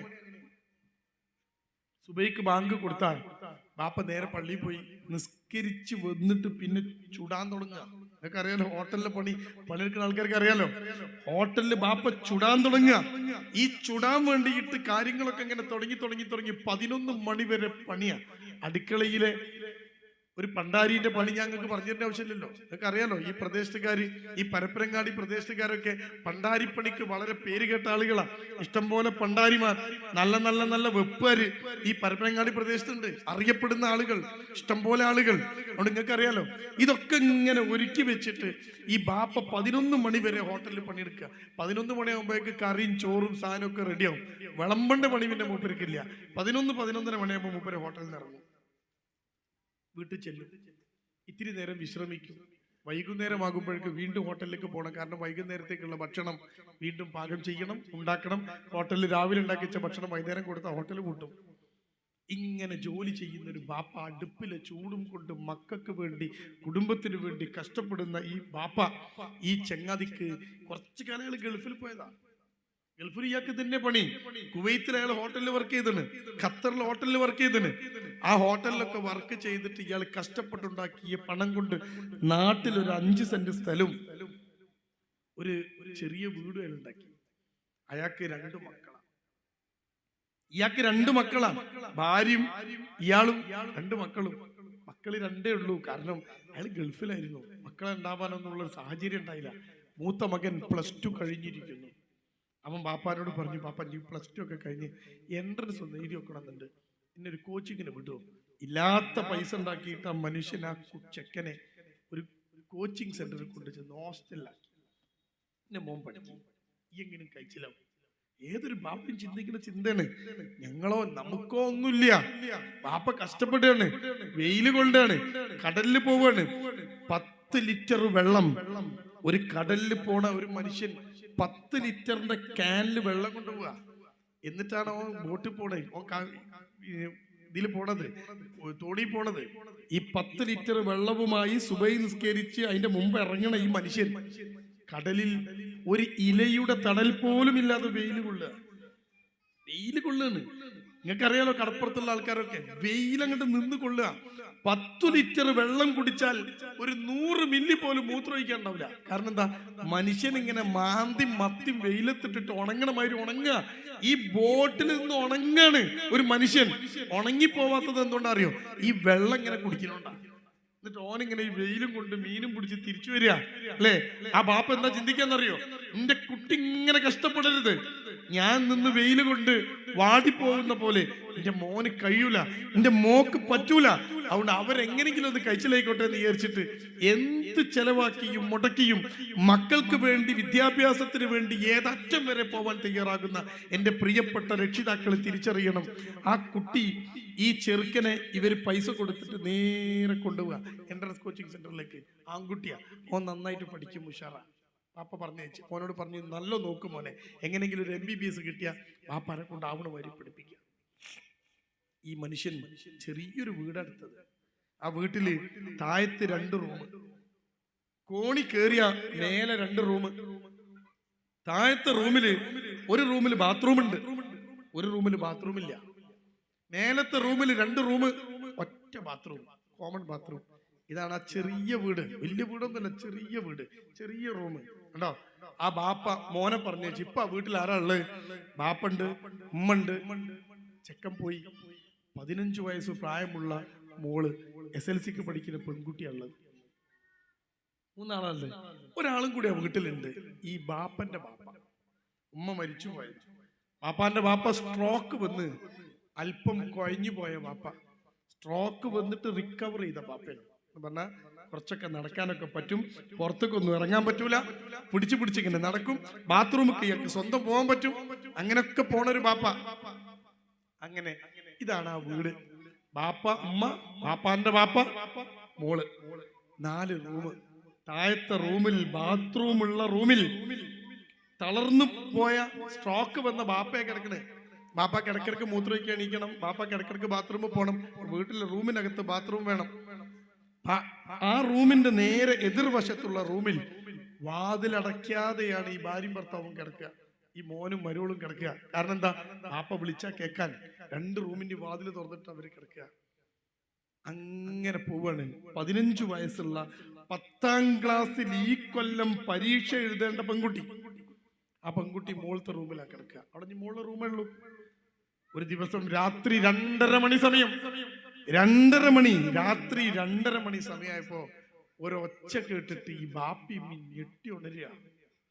ബാപ്പിയമ്മി ഉണർന്ന് ബോധം വീണ്ടെടുത്തപ്പോ, നമ്മൾ ഈ ഞെട്ടി ഉണർന്നു കഴിഞ്ഞാൽ പെട്ടെന്ന് നമുക്ക് മനസ്സിലാവില്ല നമ്മൾ എവിടെയാണ്. ഉറക്കത്തിലല്ലേ മനുഷ്യൻ. ഉറക്കം എന്നത് ഒരു തരം മരണാണെന്നാ, ഒരു മരണാണെന്നാ ഖുർആൻ പറയുന്നത് അല്ലേ? നിങ്ങൾ മരിച്ച പോലെ കിടക്കുകയാണ്, വേറെ ഒന്നും അറിയില്ല നമ്മള്. അപ്പോ ഈ ഉറക്കത്തിൽ നിന്നിട്ട് എണീറ്റ മനുഷ്യന് പെട്ടെന്ന് ബാലൻസ് കിട്ടിയില്ല. ഭാര്യയും ഭർത്താവും കൂടി ഒച്ച കേട്ടിട്ട് ഞെട്ടി എഴുന്നേറ്റിരുന്ന് അവരിങ്ങനെ കാതു കൂർപ്പിച്ചപ്പോ കേൾക്കുന്നത് ഒരു ഞരങ്ങുന്ന ഒച്ചയാണ്. ഒച്ച കേൾക്കുന്നത്. 2 പേരും കൂടി എഴുന്നേറ്റ് ഓടിച്ചെന്നത് ബാപ്പ കിടക്കുന്ന റൂമൊക്കെയാണ്. ബാപ്പ കിടക്കുന്ന റൂമിൽ ചെന്ന് നോക്കിയപ്പോ കാണുന്ന കാഴ്ച, മൂത്രമൊഴിക്കാൻ എണീച്ചിട്ട് ബാപ്പ തടഞ്ഞു വീണ് തല കട്ടിലടിച്ച് നെറ്റിപ്പൊട്ടി ചോരൊലിക്കുക. നല്ല അടി അടിച്ച്. ഈ തളർന്നു പോയ ആൾക്കാർ വീഴുമ്പോൾ ഭയങ്കര വീഴ്ച വീഴുക. നമ്മളെ പോലെ പിടിക്കാൻ കഴിയില്ലല്ലോ. തളർച്ച വന്നു കഴിഞ്ഞാൽ പിന്നെ നമ്മൾ പിടിക്കും പോലെ പിടിക്കാൻ കഴിയില്ലല്ലോ. ഈ ബാപ്പ വീണപ്പോ തല കട്ടിലിന്റെ ചെടിക്കടിച്ചിട്ട് വലിയൊരു പൊട്ടുണ്ട് തലക്ക്. ആ പൊട്ട് ചോരങ്ങനെ മുഖത്ത് കൂടി ഒലിക്കുക. ബാപ്പാക്ക് എണീക്കാൻ കഴിയില്ല. ഈ മകനും മരുമകളും കൂടി ചെന്ന്, ഈ ബാപ്പാന്റെ മോനും മരുമകളും കൂടി ചെന്ന് ഈ ബാപ്പാനെ താങ്ങി പിടിച്ച് കട്ടിലിരുത്തിയപ്പം ബാപ്പട്ട വെള്ള ബനിയൻ ചോരങ്ങനെ ഒളിച്ച് നനഞ്ഞു തുടങ്ങിയാണ്. ഇയാൾ ഓടിച്ചെന്ന് അളമാറ തുറന്ന് തോർത്തുമുണ്ടെടുത്ത് മടക്കി ബാപ്പാന്റെ പൊട്ടിയ നെറ്റി ഇങ്ങനെ പൊത്തി പിടിച്ചിട്ട് ഭാര്യയോട് പറഞ്ഞു, എടി പെട്ടെന്നൊരു പർദ്ദെടുത്തിട്ട് ബാപ്പാനെ കൊണ്ടുപോകണം, ആശുപത്രി കൊണ്ടുപോകണം, നല്ല പൊട്ട. ഇതിങ്ങനെ അമർത്തി പിടിക്കാണ്. ബാപ്പാന്റെ ബാലൻസ് ഇങ്ങനെ പോയി തുടങ്ങി. ഈ പെണ്ണും ഈ ഭർത്താവും ഭാര്യയും കൂടി ബാപ്പാനെ താങ്ങിപ്പിടിച്ച് പൊക്കി നേരെ കൊണ്ടുപോയിട്ട് കൊലായിലെ കസാരയിൽ ഇരുത്തി. ഇയാൾക്ക് വണ്ടിയൊന്നുമില്ല. ഞാൻ പറഞ്ഞില്ലേ, പാവപ്പെട്ട മനുഷ്യനാ, വണ്ടിയൊന്നുമില്ല. അയാൾ ഫോൺ എടുത്തിട്ട് ഒരു കൈ കൊണ്ട് ബാപ്പാന്റെ തല ഇങ്ങനെ പൊത്തിപ്പിടിച്ച് മറ്റേ കൈ കൊണ്ട് ഫോൺ എടുത്തിട്ട് ഇയാൾ വിളിക്കണ് ഒരു ഓട്ടോറിക്ഷ കിട്ടാൻ. അടുത്തവിടെ ഒരു ഓട്ടോറിക്ഷക്കാരനുണ്ട്. കുറേ റിങ് ചെയ്തപ്പോൾ ആ ചെക്കൻ ഫോൺ എടുത്ത്. അയാൾ പറഞ്ഞു, ബാപ്പ ഇങ്ങനെ വീണിന്, നെറ്റി പൊട്ടിയാണ്. ആ ചെക്കൻ പറഞ്ഞു, ഞാൻ വരാം, നിങ്ങൾ റെഡി ആയിട്ട് നിന്നോ. ഓട്ടോറിക്ഷക്കാരൻ വരാൻ വേണ്ടി ഇവര് കൊലായില് ബാപ്പാനെ കൊണ്ട് ഇരുത്തി. ഒരു കൈ കൊണ്ട് ബാപ്പാന്റെ നെറ്റി ഇങ്ങനെ പൊത്തിപ്പിടിച്ച് മറ്റേ കൈ കൊണ്ട് ബാപ്പാനെ താങ്ങി ഈ മോനിങ്ങനെ ഇരിക്കുക. ഈ ഉമ്മ ഓടിച്ചെന്ന് ഒരു പർദ്ദെടുത്തിട്ടിട്ട് കൊലായിൽ വന്നിട്ട് പറഞ്ഞു, എത്തിയോ എന്ന് ചോദിച്ചപ്പോഴാണ് ഈ ഭർത്താവ് പറയണത്, എടി നമ്മൾ രണ്ടാളും ബാപ്പാനെയും കൊണ്ട് ആശുപത്രി പോയാല് മോള് വീട്ടിൽ ഒറ്റക്കല്ലേ, 15 വയസ്സുള്ളൊരു മോളെ ഒറ്റക്ക് വീട്ടിലിട്ടിട്ട് നമ്മൾ എങ്ങനെ പോകും, മോൾ ഒറ്റക്കല്ലേ. അപ്പോഴാണ് ഉമ്മ ആലോചിച്ചത്, ശരി ഈ ബേജാറിൽ മറന്നുപോയി. ഉമ്മനോട് ബാപ്പ പറഞ്ഞു, നീ ഓടിച്ചെന്ന് മോളെ വിളിക്ക്, മോളെ വിളിച്ചിട്ട് മോളോട് പറയും പെട്ടെന്ന് മാറ്റിയിട്ട് ഇറങ്ങാൻ പറയും, നമുക്ക് ഒരുമിച്ച് പോവാ, വീട് പൂട്ടി പോവാ, ഏതായാലും ഇന്ന് പോയാൽ അവിടെ അഡ്മിറ്റ് ആക്കും, നാളെ ഡിസ്ചാർജ് ആവുള്ളൂ. പാപ്പാന്റെ പൊട്ട് നല്ല പൊട്ട. ഉമ്മ പർദ്ദയിട്ട് ഉമ്മ ഓടിക്കേറി കോണിപ്പടി മോളെ റൂമിൽ ചെന്നിട്ട് വാതിൽ തുറന്നപ്പോ അകത്തുനിന്ന് കുറ്റിയിട്ടുണ്ട്. ആ വീട്ടിൽ ആരുമില്ല, ബാപ്പയും ഇമ്മയും കോണി കയറാൻ കഴിയാത്തൊരു വല്യപ്പിയ. റൂം അകത്തുനിന്ന് കുറ്റിയിട്ടുണ്ട്. ആ റൂമിനകത്ത് മുട്ടിയിട്ട് ഉമ്മ വിളിക്കാൻ തുടങ്ങി, മോളെ വാതിൽ തുറക്ക്. ഒരു റെസ്പോൺസും ഇല്ല, ഒരു മറുപടിയും ഇല്ല. ആ റൂം മുട്ടി മുട്ടി മുട്ടി മുട്ടി ഉമ്മ ഒച്ച കൂടിയപ്പോ താഴേന്ന് ബാപ്പ ചോദിച്ചു, എന്താടി? ഉമ്മ പറഞ്ഞു, ഓള് റൂം കുറ്റിയിട്ടുണ്ട്, തുറക്കില്ല. കുറേ നേരം മുട്ടിയിട്ടും റെസ്പോൺസ് ഇല്ലാതായപ്പം ഉമ്മ വാതിലിന്റെ പിടി പിടിച്ചിട്ട് വാതിൽ തുറന്ന് കാലുകൊണ്ട് താഴെ ഭാഗത്തെ വാതിലിങ്ങനെ ചവിട്ടി പിടിച്ചപ്പോ വാതിലൊരു ഗ്യാപ്പ് വന്നു. ഓളത്തെ കുറ്റിയാട്ട്. ആ ഗ്യാപ്പിന്റെ ഉള്ളിൽ കൂടി ഉമ്മ ഇങ്ങനെ നോക്കിയപ്പോ ഉമ്മാന്റെ മോള് ഉറങ്ങിയിട്ടില്ല, ഇങ്ങനെ റൂമിൽ നിൽക്കുക. സമാധാനായി, ഒന്നും സംഭവിച്ചിട്ടില്ലല്ലോ, ജീവനോടുണ്ടല്ലോ. ആ ഗ്യാപ്പിനുള്ളിലൂടെ ഉമ്മ വിളിച്ചു പറഞ്ഞു, മോളെ വല്യപ്പ വീണ്, തല പൊട്ടി, മാറ്റ്, നീ ഇറങ്ങി റൂം തുറക്ക്. ഉടനെ കുട്ടി പറയും അമ്മനോട്, ഉമ്മ പോയിക്കോ, ഞാൻ തുറന്നോളാം, ഉമ്മ പോയിക്കോ, ഞാൻ തുറന്നോളാം. ഉമ്മ പറഞ്ഞു, ഞാൻ പോവില്ല, നീ തുറക്ക്, വാതിൽ തുറക്ക്, ഇതിനെ കുറ്റിട്ട് തുറക്ക്. എത്ര പറഞ്ഞിട്ട് വാതിൽ തുറക്കില്ല. കുറെ നേരം കഴിഞ്ഞപ്പം ഈ പെൺകുട്ടിക്ക് മനസ്സിലായി ഉമ്മ പോവില്ല, വല്യപ്പാന്റെ തല പൊട്ടിക്കല്ലേ, ഓട്ടോറിക്ഷ വരാനാവും. കുറച്ചു നേരം കഴിഞ്ഞപ്പം റൂമിന്റെ വാതിലിട്ട് തുറന്നു. ആ ഉമ്മാന്റെ മുന്നിലൂടെ ഇറങ്ങിപ്പോയത്, 15 വയസ്സുകാരിയുടെ റൂമിൽ നിന്ന് ഇറങ്ങിപ്പോയത് ഒരു ചെക്കനാ. ഒരു ചെക്കൻ ഇറങ്ങിയാണ് പോവാണ്. ഉമ്മക്കൊന്നും ചെയ്യാൻ കഴിയില്ല, പേടിച്ച് വിറച്ച് നിൽക്കുക ഉമ്മ. ഓൻ കോണി ഇറങ്ങി ബാപ്പാന്റെ മുന്നിൽ കൂടി ഇറങ്ങിയാണ് പോയി. ബാപ്പാക്ക് എന്താ ചെയ്യാൻ പറ്റുക? ഒരു കൈകൊണ്ട് പൊത്തിപ്പിടിച്ചിരിക്കുകയാണ് ചോരയൊലിക്കുന്ന ബാപ്പാന്റെ നെറ്റി, മറ്റേ കൈകൊണ്ട് ബാപ്പാനെ താങ്ങിയിരിക്കുന്ന ബാപ്പാക്ക് ഒന്നും ചെയ്യാൻ കഴിയില്ലല്ലോ. ഈ ചെക്കൻ കൂളായിട്ട് ഇറങ്ങി പോവാണ്. ഉമ്മ 2 തല്ലൊക്കെ കൊടുത്ത് കട്ടുമ്പൊക്കെ ഒരു ഉന്തൊക്കെ ഉന്തി ആ കുട്ടിക്ക് ഒരു ഡ്രസ്സൊക്കെ ഇട്ടിട്ട് കുട്ടിയെയും കൊണ്ട് ബാപ്പാനെയും കൊണ്ട് ആസ്പത്രിയിൽ ചെന്നിട്ട് രാത്രി മുഴുവൻ ആ ബാപ്പയും ഉമ്മയും ഉറങ്ങില്ല.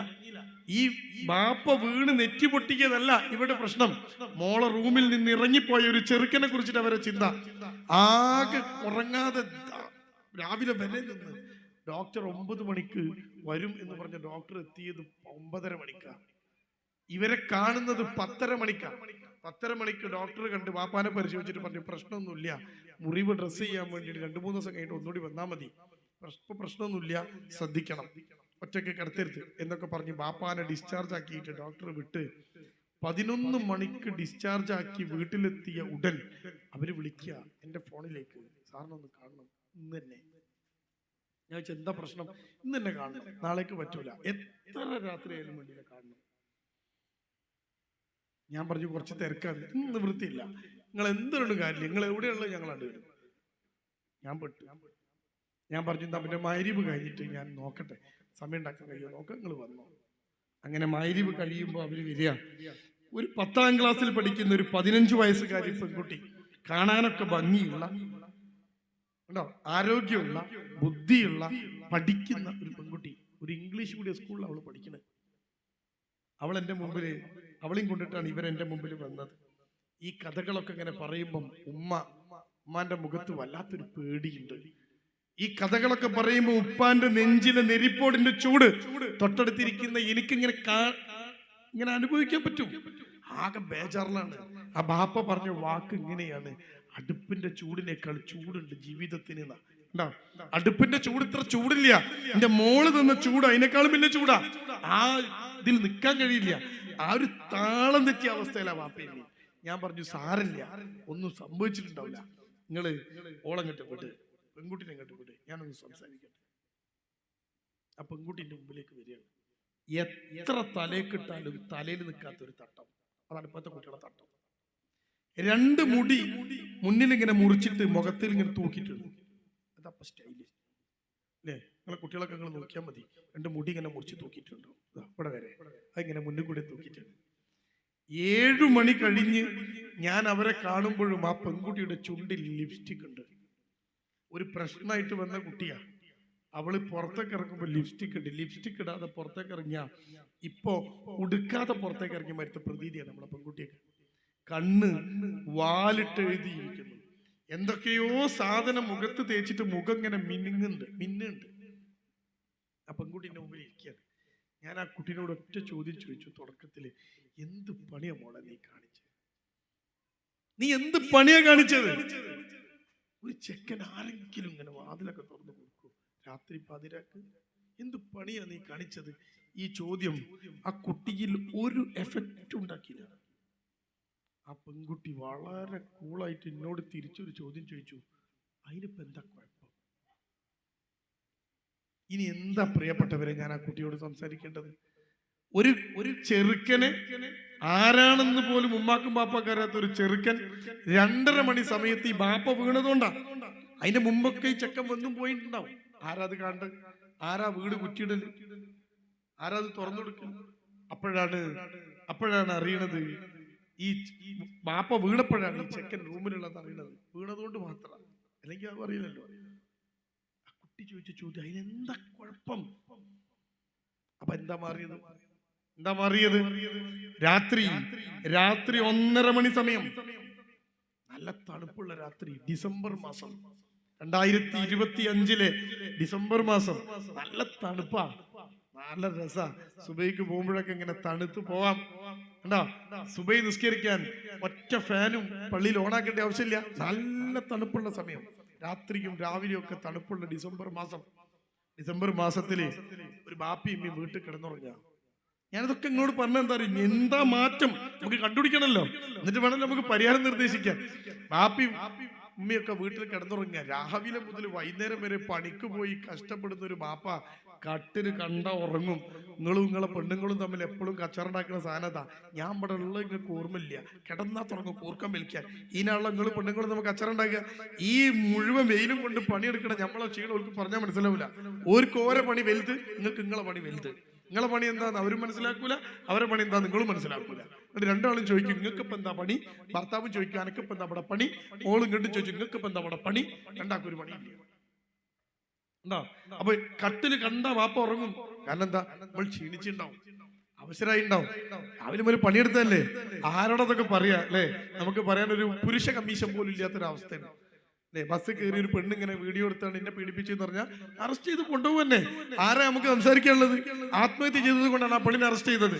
അല്ലെങ്കിൽ പുരുഷന്മാർക്ക് വേണ്ടി സംസാരിക്കാൻ ഒരു പട്ടിക്കുഞ്ഞു പോലും ഇല്ലാത്തൊരു നാടാ നമ്മളെ നാട്. ആരാണ് സംസാരിക്കാൻ? അപ്പൊ ഇതൊക്കെ പോട്ടെ, ആക്കവിടെ നിൽക്കട്ടെ. ഈ ബാപ്പ ഉറങ്ങിപ്പോയി, ഉമ്മി ഉറങ്ങാണ്. 1:30 മണി സമയത്ത് ബാപ്പാന്റെ ഫോണ് ബെല്ലടിക്കുക. 1:30 മണി ഫോണ് ബെല്ലടിക്കുക. ഫോണ് ബെല്ലടിച്ച് കുറെ ബെല്ലടിച്ചപ്പോഴാണ് ഫോൺ എടുത്തിട്ട് ഇയാൾ ഉറക്കത്തിൽ ഇങ്ങനെ ചെവിയിൽ വെച്ച് ഹലോ എന്ന് പറഞ്ഞപ്പോ അപ്പുറത്തെ സൈഡിൽ നിന്ന് അയാൾ ചോദിച്ചു ഇന്ന ആളല്ലേ? ചോദിച്ചു. അയാൾ പറഞ്ഞു ആ അതെ, ആരാ? ഉറക്കത്തിലാ ചോദിച്ചത്. അങ്ങേ തലക്കെന്ന് പറഞ്ഞു ഇത് പോലീസ് സ്റ്റേഷനിലാണ്. അപ്പൊ ഇയാളെ ഉറക്കം കണ്ടു പോയി. എന്തേ വിളിച്ചത് എന്ന് ചോദിച്ചപ്പം പോലീസുകാരൻ പറഞ്ഞു നിങ്ങളെ മോള് വീട്ടിലുണ്ടോ? പാപ്പ പറഞ്ഞു പിന്നെ ഓള് റൂം സുഖമായിട്ട് കിടന്നുറങ്ങുന്നുണ്ട്. അത്യാവശ്യം സൗകര്യമൊക്കെ ഉള്ള വീടാ, AC റൂമൊക്കെ. വലിയൊരു പൈസക്കാരനല്ലെങ്കിൽ അത്യാവശ്യം പൈസക്ക് എടുത്തിട്ടുണ്ട്. റൂമൊക്കെ AC. ഓള് റൂമിൽ കിടന്നുറങ്ങുന്നുണ്ടല്ലോ. അപ്പൊ പോലീസുകാരൻ പറഞ്ഞു നിങ്ങളൊന്ന് പോയി വെക്കുക, ഓള് റൂമിലുണ്ടോ? പാപ്പ പോയി വെക്കുക, ഫോണും പിടിച്ചിട്ട് പോയി വെക്കുക. മോളെ റൂമില് AC വർക്ക് ചെയ്യുന്നുണ്ട്. AC വർക്ക് ചെയ്യുന്നുണ്ട്. ചെറിയ സ്പീഡിൽ ഫാന് കറങ്ങുന്നുണ്ട്. പുതപ്പ് ബെഡിലുണ്ട്. പെണ്ണിനെ കാണാനില്ല. അങ്ങനെ നിൽക്കുമ്പോഴാണ്, അങ്ങനെ പെണ്ണിനെ കാണാതിരിക്കുമ്പോ ഇയാൾ ബാത്റൂമൊക്കെ പോയി നോക്കിയപ്പോ ഒന്നും കാണാനില്ല. പുറത്തെ വാതിൽ നോക്കിയപ്പോ അകത്തത്തെ കുറ്റിയൊക്കെ തുറന്നാണ്. വാതില് താക്കോലോട് പൂട്ടിയാണ്.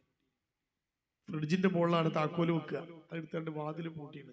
അപ്പൊ ഈ പെണ്ണ് പുറത്തേക്ക് പോയിന് അല്ലേ, പുറത്തേക്ക് പോയിന്. അപ്പോ 1:30 മണി സമയത്ത് പോലീസുകാരനെ വിളിച്ചിട്ട് ബാപ്പനോട് മോളെ തിരയാൻ പറഞ്ഞപ്പോ മോളെ കാണാത്ത പേടിയിൽ ബാപ്പ പോലീസുകാരോട് ചോദിച്ചു സാർ എന്റെ മോളെ കാണാനില്ല. പോലീസുകാരൻ പറഞ്ഞു പേടിക്കണ്ട, ഞങ്ങൾ എടുത്തിട്ടുണ്ട്.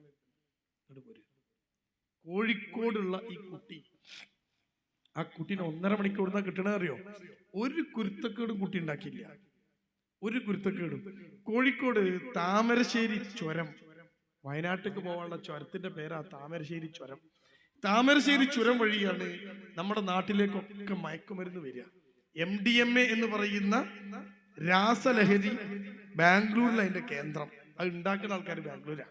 അത് ബാംഗ്ലൂരിൽ നിന്ന് നമ്മുടെ വയനാട് ചുരം വഴി, കർണാടകയിൽ നിന്ന് വയനാട് ചുരം വഴിയാണ് അത് കോഴിക്കോട്ടും മലപ്പുറത്തും ഒക്കെ എത്തുക. അതുകൊണ്ട് തന്നെ എപ്പോഴും ഈ വയനാട് ചുരത്തിന്റെ മുകളിലും വയനാട് ചുരത്തിന്റെ താഴെയൊക്കെ രാത്രിയൊക്കെ പോലീസിന്റെ പെട്രോളിംഗ് ഉണ്ടാവും. ഏതെങ്കിലുമൊക്കെ വണ്ടി, വലിയ വില കൂടിയ വണ്ടിയിൽ അപ്പൊ ഈ സാധനമൊക്കെ വരുന്നേ. ഓഡി, BMW ഉണ്ടോ, ടയോട്ട, ഇങ്ങനത്തെ വലിയ വലിയ വണ്ടിയിലാണ് ഇപ്പൊ ഈ മയക്കുമരുന്നൊക്കെ വരുന്നത്. ചെറിയ ചെറിയ വണ്ടിയൊന്നും ഇപ്പൊ ആരും ഉപയോഗിക്കില്ല. അതുകൊണ്ട് ഈ പോലീസുകാർ ഇങ്ങനെ ഫാമിലി ഒന്നും അല്ലാത്ത വണ്ടിയൊക്കെ ഇടക്കിടക്ക് ഇങ്ങനെ കൈയ്യട്ടി നിർത്തും.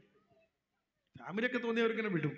ഫാമിലി എല്ലാം തോന്നിക്കഴിഞ്ഞാൽ അവരിങ്ങനെ കൈയ്യട്ടൊക്കെ നിർത്തി വണ്ടിയൊക്കെ പരിശോധിക്കും. അങ്ങനത്തെ ഒരു സ്വഭാവം. താമരശ്ശേരി ചുരത്തിൽ രാത്രി പോലീസ് പട്രോളിംഗ് ഉണ്ട്. ചുരം തുടങ്ങുന്നതിന്റെ മുമ്പ് പോലീസിന്റെ പട്രോളിംഗ് ഉണ്ട്. അങ്ങനെ പോലീസുകാർ ഇങ്ങനെ നിൽക്കുക രാത്രി മഞ്ഞും കൊണ്ട്. രാത്രി 1:30 മണിയായപ്പോ ഒരു ബൈക്ക്, ആ ബൈക്ക് ഇങ്ങനെ നല്ല വില കൂടിയ ബൈക്കും വില കൂടിയ കാർ ഉപയോഗിച്ച മയക്കുമരുന്ന് കടത്തുക. നല്ല വില കൂടിയ ഒരു ബൈക്ക്, കാണാനൊക്കെ രസമുള്ള ഒരു ബൈക്ക്. ആ ബൈക്കിന്റെ മുകളിൽ കോട്ടൊക്കെ ഇട്ട്, ഹെൽമെറ്റ് ഒക്കെ ഇട്ട്, നല്ല പിന്നെ കയ്യുറൊക്കെ ധരിച്ച്, ഷൂസൊക്കെ ഇട്ടിട്ട് ശരിക്കും ഒരു റേസിംഗ് പങ്കെടുക്കുന്ന ഒരു ചെക്കനെ പോലെ ഒരു ചെറുക്കൻ ബൈക്ക് ഓടിച്ച് വരിക. അവൻ ഫുൾ സ്ലീവ് ഡ്രസ്സൊക്കെ, ഫുൾ കാര്യങ്ങളുണ്ട്. നാടനൊന്നുമല്ല, അടിപൊളിയാ. അവന്റെ പിറകിൽ അതുപോലെ തന്നെ ജീൻസും ഷർട്ടും ധരിച്ച്, ജാക്കറ്റ് ഇട്ട്, ഷൂസ് ഇട്ട്, ഹെൽമെറ്റ് ധരിച്ച്, എല്ലാ സംവിധാനങ്ങളും വെച്ചിട്ട് ഒരു പെണ്ണുണ്ട്. കയ്യുറക്കോളും ഇട്ടാണ്, തണുപ്പാ. പോലീസുകാർ ആ ബൈക്ക് ഇങ്ങനെ നല്ല വില കൂടിയ ബൈക്ക് അയച്ചിട്ട് പോലീസുകാരൻ ബൈക്ക് കൈയാട്ടി സൈഡിലേക്ക് ബൈക്ക് ഒതുക്കി നിർത്തി.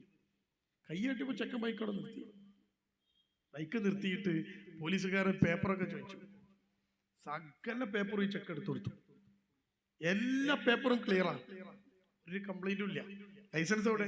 ഇതാ പിടിച്ചോ, ഇനി എന്താ നിങ്ങൾക്ക് വേണ്ട എടുത്തിട്ടുണ്ട്. പോലീസുകാരനൊന്നും പറയാനില്ല. പോലീസുകാരനെ വണ്ടിയൊക്കെ എങ്ങനെ നോക്കി, എന്താ വണ്ടിയൊന്നും ഇല്ലല്ലോ. അവൻ പറഞ്ഞു എന്ത് സാറ് നോക്കിക്കോ ഉണ്ടെങ്കിൽ. പോലീസുകാരന് മനസ്സിലായി പ്രശ്നമൊന്നുമില്ല, ചെക്കനാള് കുഴപ്പമൊന്നുമില്ല. ആ പോലീസുകാരനെ വെറുതെ, ഈ പോലീസുകാർക്ക് ഇങ്ങനെ ചോദിക്കുന്ന ഒരു സ്വഭാവം ഉണ്ടല്ലോ, വെറുതെ ചോദിച്ചതാ ഇതാരാ. അതിന്റെ സ്കൂട്ടറിന്റെ ബാക്കിൽ, അവന്റെ ബൈക്കിന്റെ ബാക്കിൽ ഇരുന്ന ആ ജാക്കറ്റ് ധരിച്ച ആ പെണ്ണിനെ ചൂണ്ടി, ഹെൽമെറ്റ് ഊരാതെ നിൽക്കുന്ന ആ പെണ്ണിനെ ചൂണ്ടിയിട്ട് പോലീസുകാരൻ വെറുതെ ചോദിച്ചതാരാ. ആ ചെറുക്കൻ മറുപടി പറഞ്ഞത് എനിക്കറിയില്ല. പോലീസ് ചോദിച്ചാ നിനക്ക് അറിയില്ലേ? അറിയില്ല. എനിക്ക് ഇവിടുന്ന് കിട്ടീനെ, കൂടെ വന്നതാണ്. ആരാ? അറിയില്ല. അപ്പൊ ഈ ചെക്കൻ പോലീസുകാരനോട് ചോദിച്ചു എന്തിനാ സാറേ നിങ്ങൾ ആകെ ചോദിക്കുന്നത്? ഞങ്ങളൊരു ബൈക്ക് പോവല്ലേ. പോലീസുകാരൻ, ഈ മോട്ടോർ വാഹന വകുപ്പിൽ ഒരു നിയമമുണ്ട്, നമുക്കാർക്കും പൊതുവെ അറിയാത്തൊരു നിയമമാണ്. പ്രൈവറ്റ് വണ്ടികളിൽ പരിചയമില്ലാത്ത ആളുകളെ കയറ്റാൻ പാടില്ല. നിയമ എന്റെ വണ്ടി പ്രൈവറ്റ് വണ്ടിയാണെങ്കിൽ എനിക്ക് പരിചയമില്ലാത്ത ഒരാൾ ആ വണ്ടി ഉണ്ടാവാൻ പാടില്ല. കേറ്റിയ കുറ്റ പ്രശ്ന. എന്റെ ബൈക്ക്, ഞാൻ ബൈക്ക് ഇങ്ങനെ ഓടിച്ചു പോകുമ്പോ ആ ബൈക്കിന്റെ പുറകിൽ ഇരിക്കുന്ന ആളെ എനിക്ക് പരിചയമാണ്. എല്ലാത്ത ആളുകൾ ബൈക്കുമ്പോൾ കയറ്റാൻ പാടില്ല. സാധാരണ നമ്മളെ സ്കൂളിന്റെ മുമ്പിലൊക്കെ കുട്ടികൾ കാണാൻ ബൈക്കിന് ഇങ്ങനെ കൈയ്യാട്ടണ്, ലിഫ്റ്റ് ഒരു വെച്ചുണ്ട്. നമ്മൾ പാവം കുട്ടികളെ വെച്ച് ലിഫ്റ്റ് കൊടുക്കും. ക്രിമിനൽ കുറ്റ. ആ കുട്ടിയെ പിറകിൽ കയറ്റിയാൽ പ്രായപൂർത്തിയാവാത്ത അറിയാത്തൊരു കുട്ടീനെ ബൈക്കിന്റെ പിറകിൽ കയറ്റി എന്തെങ്കിലും സംഭവിച്ചാൽ ഞങ്ങളകത്താവും. നമ്മൾ ഈ കുട്ടികൾ ഇങ്ങനെ കയ്യട്ടെ ബാപ്പാന്റെ അടുത്ത് നിന്ന് 10 റുപ്യ ബസ്സിന് വാങ്ങിയാണ്ട് ആ 10 റുപ്യക്കോ വേറെ എന്തെങ്കിലും വാങ്ങി തിന്നാണ്ട് കണ്ടോന്റെ വണ്ടിയിലാണ് കയറി പോണത്. എല്ലാ ബസ് സ്റ്റോപ്പിലും ഉണ്ടാവും കുട്ടികൾ കയ്യാട്ടണ്. എന്തുകൊണ്ടാണ് കയ്യാട്ടണെന്നറിയോ? നിങ്ങൾ നിർത്തി കൊടുത്തിട്ടാ. ഒരൊറ്റ ഒന്നിനെ കയറ്റരുത്. കാരണം എന്താ? അറിയാത്ത ആളെ വണ്ടിയിൽ കയറ്റാൻ പാടില്ല. പോലീസുകാരൻ പറഞ്ഞു, അറിയാത്ത ആളെ പ്രൈവറ്റ് വണ്ടിന്റെ മുകളിൽ കയറ്റാൻ പാടില്ല, ടാക്സിയിൽ കയറ്റാം. ടാക്സി അതിനുള്ളതാ. നിനക്കറിയില്ലേ അറിയാത്ത ആളെ വണ്ടി? ഒച്ചക്ക് പറഞ്ഞാൽ അറിയില്ല. എന്നാ വണ്ടി വിട്ടോ, നീ പോ, ഓളെ ഞങ്ങൾ നോക്കിക്കോളാം.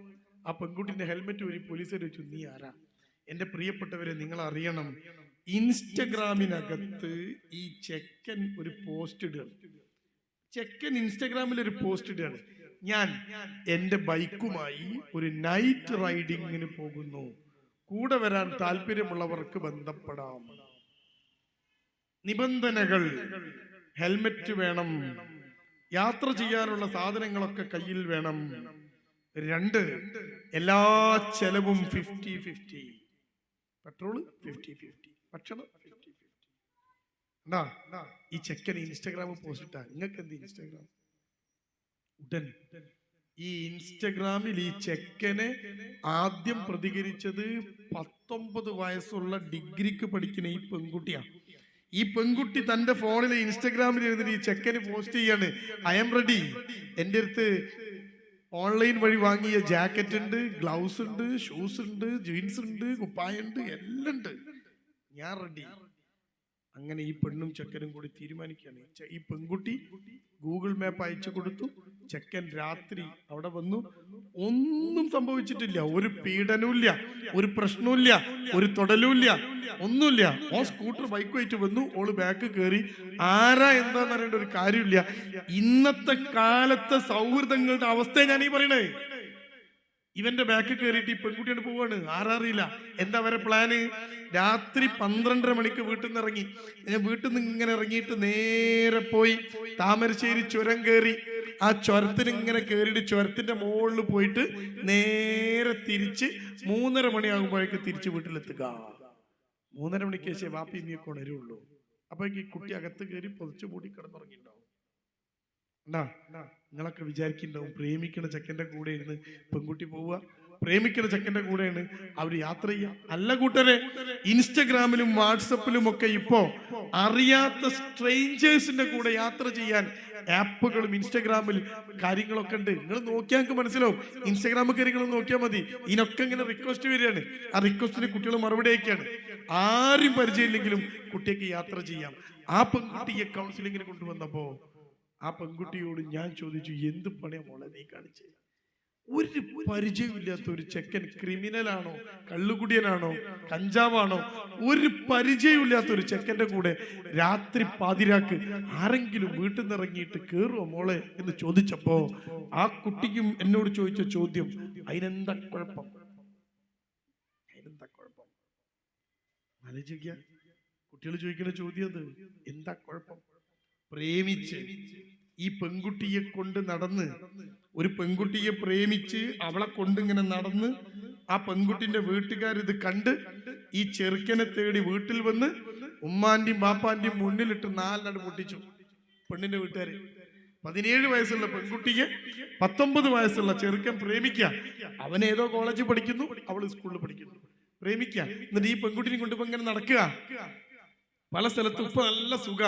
എല്ലാവർക്കും ഹെൽമെറ്റ് നിർബന്ധമാക്കിയോണ്ട് കുട്ടിയൊക്കെ നല്ല സുഖ. പിന്നെ മാസ്ക്, പണ്ടൊന്നും മാസ്ക് ഇല്ല. ഇപ്പൊ മാസ്ക് ഇട്ട് ആരും ചോദിക്കൂലല്ലോ. കൊറോണയ്ക്ക് ശേഷം മാസ്ക് ഉണ്ടല്ലോ അല്ലെ? കുട്ടിയൊക്കെ തിരിച്ചറിയും കൂടി ഇല്ല. ഈ പെൺകുട്ടി ഇങ്ങനെ കൊണ്ടിടക്കുക. ഒരു സ്ഥലത്തെത്തിയപ്പോ ആരോ കണ്ട് പ്രശ്നമായി. ഫോട്ടോ എടുത്ത് പാപ്പി ഇമ്മി അറിഞ്ഞ് ഈ പെണ്ണിന്റെ വീട്ടുകാരൊക്കെ ഈ ചെക്കന്റെ വീട് അന്വേഷിച്ച് ചെന്ന് രാത്രി സുബൈ നിസ്കരിച്ചിട്ട് പുരേക്കടി ചെല്ലുക. ഈ ചെക്കൻ നല്ല ഉറക്ക. നേരെ വീട്ടിൽ കയറിയിട്ട് ഇന്ന കുട്ടീൻ്റെ വീടല്ല, ആ ചെക്കനൊന്ന് കാണണം, ചെക്കൻ ഇറങ്ങിക്കിട്ട് വരലും ഇവര് പിടിച്ച് നാലാണ് പൊട്ടിച്ചു. ബാപ്പാൻ്റെയും ഉമ്മാൻ്റെയും മുമ്പിൽ വെച്ച് സ്വന്തം പുരയെന്ന്. ഉമ്മ കരയാണ് മോനെ തന്നാണ്ടിട്ട്. എന്നിട്ട് ഇവര് കാര്യം പറഞ്ഞു, ഞങ്ങളെ മോളെ ബാക്കിൽ ഇതാ ഫോട്ടോ, ഇവൻ നടക്കണ്, കുറെ കാലമായി, ഇനി ഉണ്ടായവന്റെ കാളി ഞങ്ങൾ വിട്ടും. ഇവര് ഭീഷണിപ്പെടുത്തിയിട്ട് ആ വീട്ടിൽ നിന്ന് ഇറങ്ങിപ്പോരാണ്. ആ ചെക്കനെ അവന്റെ ബാപ്പയും ഉമ്മയും കൂടി ഇന്റെ അടുത്ത് കൊണ്ടുവരിക. തലേ ദിവസം ഈ പെണ്ണിന്റെ വീട്ടുകാര് തല്ലിയിട്ട് കണ്ണ് കലങ്ങീണ്, അവന്റെ മൂക്ക് വീങ്ങീണ്, അടിയിട്ടീണ്, നല്ലോണം പൊട്ടീണ്, കണ്ണ് കലങ്ങിയിട്ട് മൂക്ക് വീങ്ങി നിൽക്കുന്ന ചെക്കനെയും കൊണ്ട്. ഓന്റെ ശരിക്കുള്ള കൊല ഞാൻ കണ്ടില്ല, അങ്ങനത്തെ കൊല ഞാൻ കണ്ടിട്ടുള്ളൂ. അവനെയും കൊണ്ട് എൻ്റെ അടുത്ത് വരിക. ഞാൻ ചോദിച്ചു, എന്താടാ നീ ഇങ്ങനെ, പഠിക്കണ്ടേ, നമുക്ക് ഇപ്പൊ കല്യാണം കഴിക്കാനുള്ള സമയമൊന്നും അല്ലല്ലോ.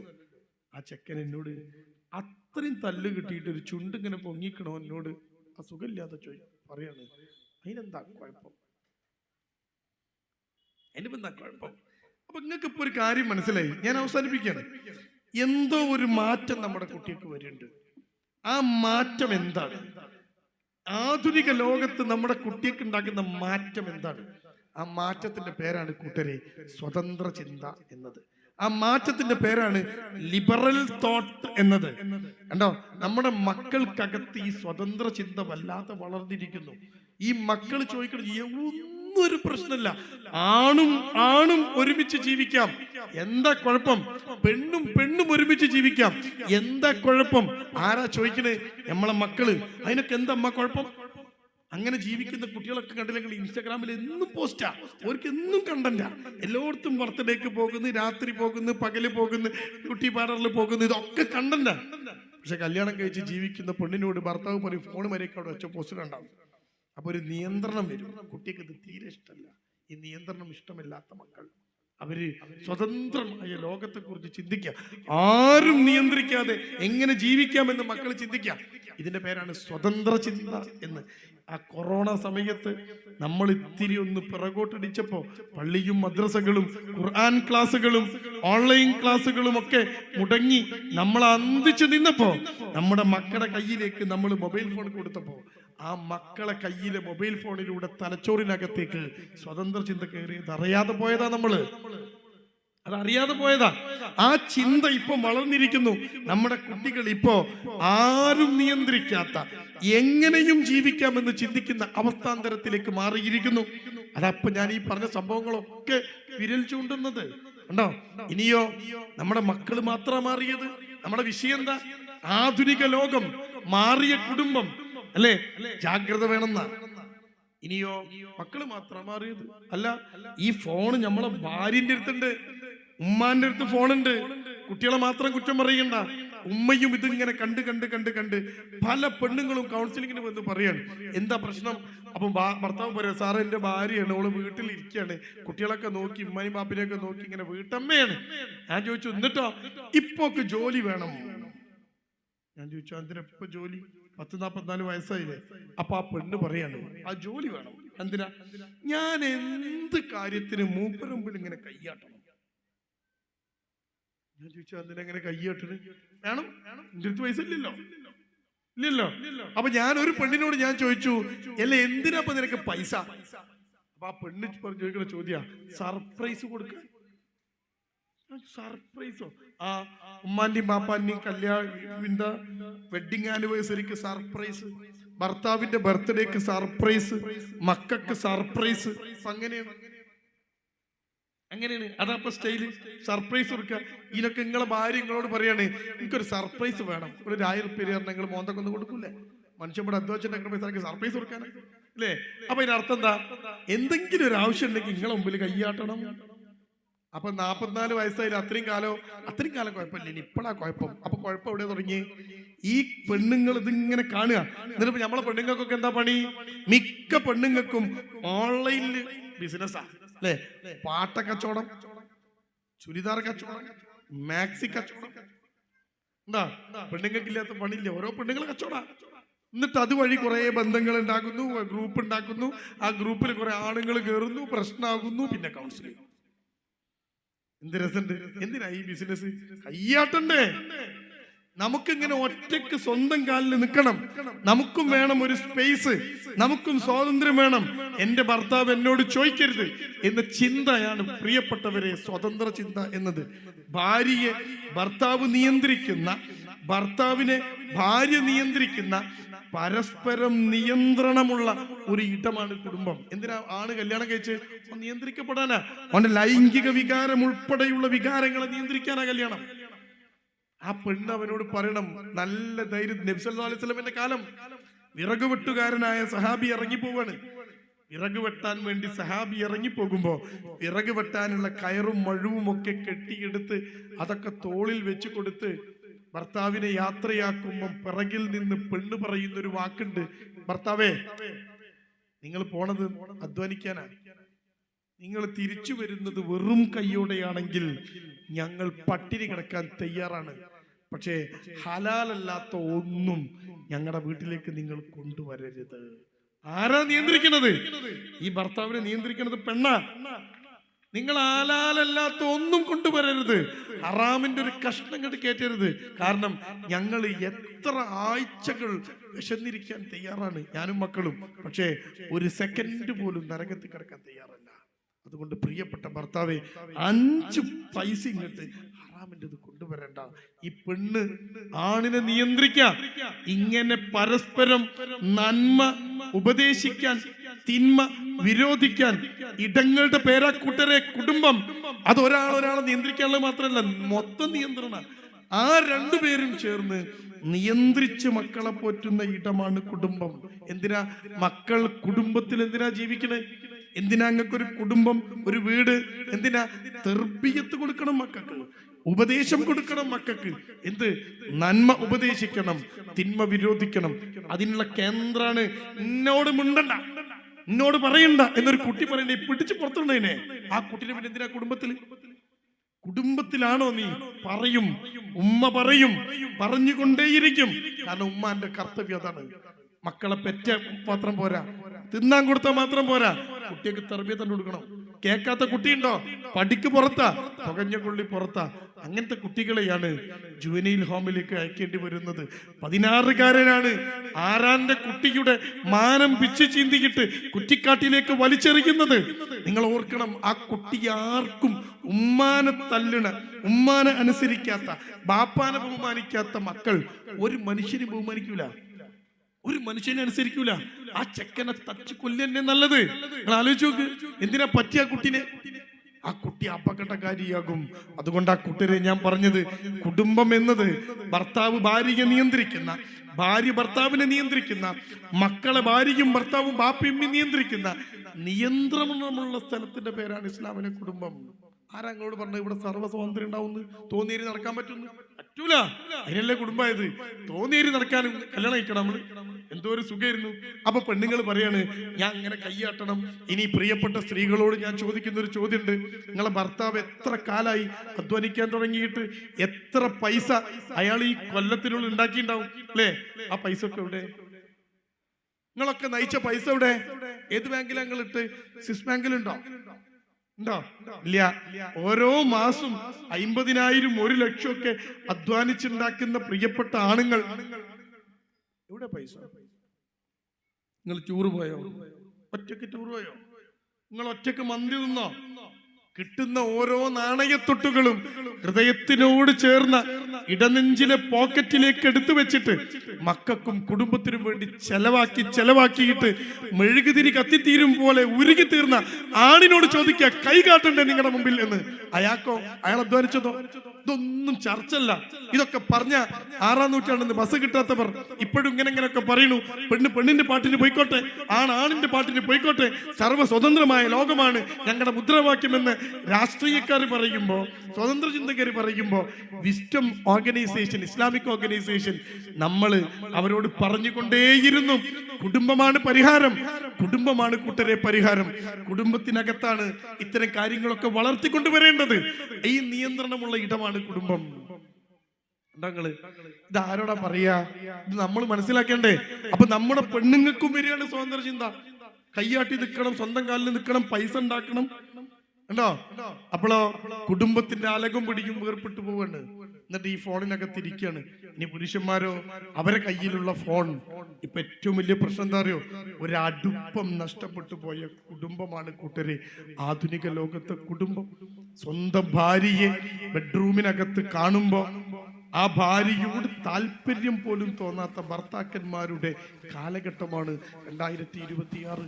ജോലിക്ക് പോയ ഇടം ഓഫീസിലിരിക്കുന്നു, ഒറ്റയ്ക്കിരിക്കുന്നു, തന്റെ മൊബൈൽ ഫോണിനകത്ത് സകല വൃത്തികേടുകളും ഡൗൺലോഡ് ചെയ്ത് കാണുകയാണ്. ആര്? 30, 40, 50, 60 വയസ്സ് പ്രായമുള്ള എന്റെ പ്രിയപ്പെട്ട ആണുങ്ങള് ഇത് മുഴുവൻ ഈ വേണ്ടാത്തരങ്ങളും ഫോണിൽ കാണുക.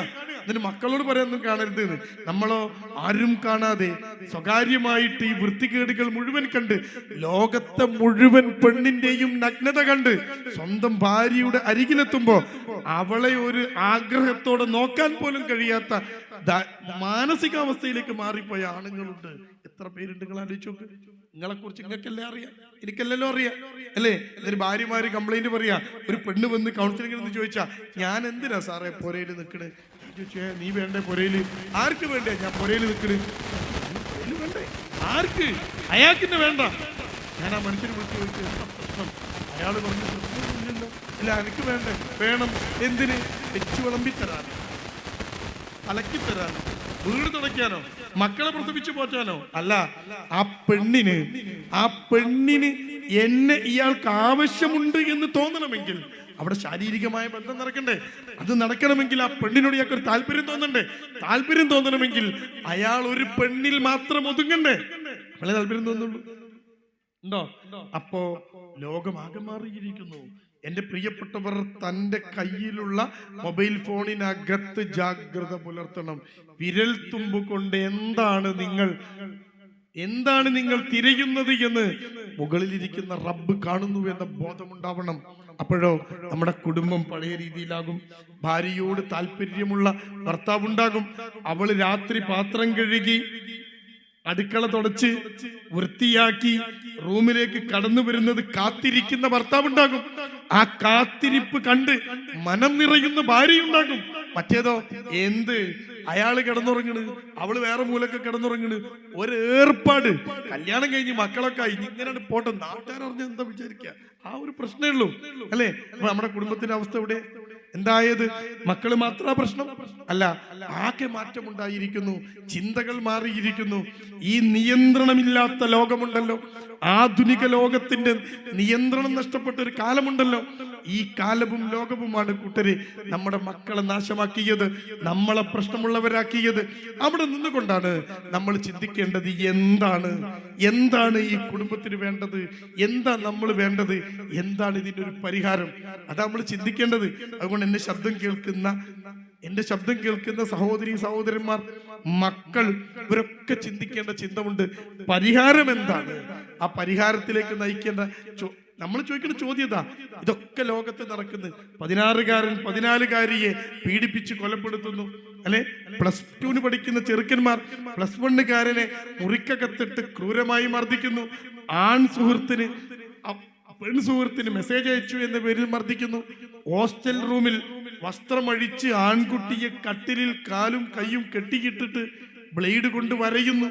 എന്നിട്ട് ബാത്റൂം കഴുകുന്ന ലോഷൻ കൊണ്ടുവന്നിട്ട് താൻ മുറിച്ച മുറിവിനകത്ത് തേക്കുമ്പോ അവനിങ്ങനെ പെടയുമ്പോ ആ പെടയുന്നത് കണ്ട് സായുജ്യമടയുന്ന മാനസികാവസ്ഥയിലേക്ക് മാറിയ മക്കളുള്ള ലോകം. എന്താ പരിഹാരം? പോലീസ് കേസെടുക്കുന്ന പരിഹാരം? ജയിലിൽ നിറയുന്നതാ പരിഹാരം? ബസ്സിനകത്ത് കയറിയിട്ട് ആണിന്റെ മാനത്തിന് വിലയില്ല എന്ന് കരുതുന്ന സ്ത്രീകൾ ബസ്സിൽ കയറിയിട്ട് സകല വൃത്തികേടും കാണിച്ച് അങ്ങോട്ട് ചെന്ന് ഒരയ്ക്കാണ് കൈ അവളുടെ മാറ്. എന്നിട്ട് അവനെതിരെ പോസ്റ്റ് ഇട്ടിട്ട് ആത്മഹത്യ ചെയ്യുമ്പം ആളുകൾ ചോദിക്കുന്നു, ലോകം ചോദിക്കുന്നു, പരിഹാരം എന്ത് എന്ന്. നമ്മൾ എന്താ പറയേണ്ടത്? പരിഹാരം എന്താ പറയേണ്ടത്? നമ്മുടെ ചാനലുകൾ, സകല വൃത്തികേടുകളും മനുഷ്യർക്ക് മുമ്പിൽ വലിച്ചിടുന്ന ചാനലുകൾ. എന്റെ പ്രിയപ്പെട്ട സർക്കാരെ, എന്റെ നാട്ടിലെ ജനങ്ങളെ, നിങ്ങൾ ആരെങ്കിലും ധൈര്യമുണ്ടോ നിങ്ങൾക്ക് ഈ വൃത്തികെട്ട ചാനലുകളെ നിരോധിക്കാൻ? തമാശ എന്ന പേരിൽ സകല വൃത്തികേടുകളും തെമ്മാടിത്തരങ്ങളും ഉളുപ്പില്ലാതെ പറയുന്ന എത്ര ചാനലുകളുണ്ട് ഈ കൊച്ചു കേരളത്തിൽ? ധൈര്യമുണ്ടോ നിങ്ങൾക്ക് നിരോധിക്കാൻ? ഈ പ്രമുഖമായ ഒരു ചാനൽ ഈ അടുത്ത കാലത്താണ് ബിഗ് ബോസ് എന്ന് പറയുന്ന പരിപാടി നടത്തിയത്. എന്തൊക്കെ വൃത്തികേടാണ്! ഒരു മുറിക്കകത്ത്, ഒരു വീട്ടിനകത്ത് ആണും പെണ്ണും ഇടകലർന്ന് വൃത്തികെട്ട ഡ്രസ്സുകൾ ധരിച്ച്, ആ പെണ്ണിനൊക്കെ ചില പെണ്ണുങ്ങളൊക്കെ അതിൽ കണ്ടാല് ഉടുക്കാത്ത പോലെയാണ്. എന്നിട്ട് കമന്റാ ഉടുത്തിട് അല്ലേ, കമന്റാ. എന്നിട്ട് ആണും പെണ്ണും ഇടകലർന്ന് ചേർന്ന് നാട്ടിലെ സകല വൃത്തികേട് രൂപത്തിൽ നടക്കുന്ന ഇസ്ലാമിന്റെ പുറത്തു പോയ മുസ്ലിം എന്ന് വിളിപ്പേരുള്ള പെണ്ണുങ്ങളൊക്കെ കൊണ്ടുവന്ന് ആ ചാനലിനകത്ത് ഇട്ട് നമ്മുടെ മക്കൾക്ക് വിരുന്നൊരുക്കിയിട്ട് 6ാം ക്ലാസ്സുകാരനും 7ാം ക്ലാസ്സുകാരിയും ഒക്കെ സ്കൂളിനകത്ത് ചർച്ച ചെയ്തത് ബിഗ് ബോസിൽ ആര് ജയിക്കുന്ന. ഉമ്മാമ കരഞ്ഞത് ഓന് കിട്ടിയില്ല, ഓക്ക് കിട്ടിയെന്ന് കഴിഞ്ഞിട്ടാ ഉമ്മാമ കരയണ്. തട്ടട്ട ഉമ്മാമ മുന്നിൽ അയ്യോ ഓക്കാ കിട്ടിയതില്ലേ, ഓനെ കിട്ടണ്ടീനി എന്നാ പറഞ്ഞത്. ആരാ കൂട്ടരെ മാറേണ്ടത്? ധൈര്യമുണ്ടോ നിങ്ങൾക്ക് ഇത്തരം പരിപാടികളെ നിയന്ത്രിക്കാൻ? നമ്മുടെ കുട്ടികളുടെ തലച്ചോറിനകത്തേക്ക് സകല വൃത്തികേടുകളും തിരികെ കയറ്റിയ ഈ ചാനലുകൾക്ക് നിയന്ത്രണമുണ്ടോ നമ്മുടെ ലോകത്ത്? ഇല്ല. ഇതെങ്ങനെ നന്നാവണ്ട്? ആരാ നന്നാക്കണ്ടേ? നിങ്ങൾ പരിഹാരം പറയൂ കൂട്ടരെ. ഇതിനെതിരെ കേസ് എടുത്തിട്ട് കുറെ ആളുകളെ കൊണ്ടുപോയി ജയിലിലടക്കലല്ല പരിഹാരം. പരിഹാരം ഞങ്ങളെടുത്തുണ്ട്. എന്താ പരിഹാരം? പരിഹാരം ഇസ്ലാമാണ്. പരിഹാരം തിരിച്ചുപോക്കാണ്.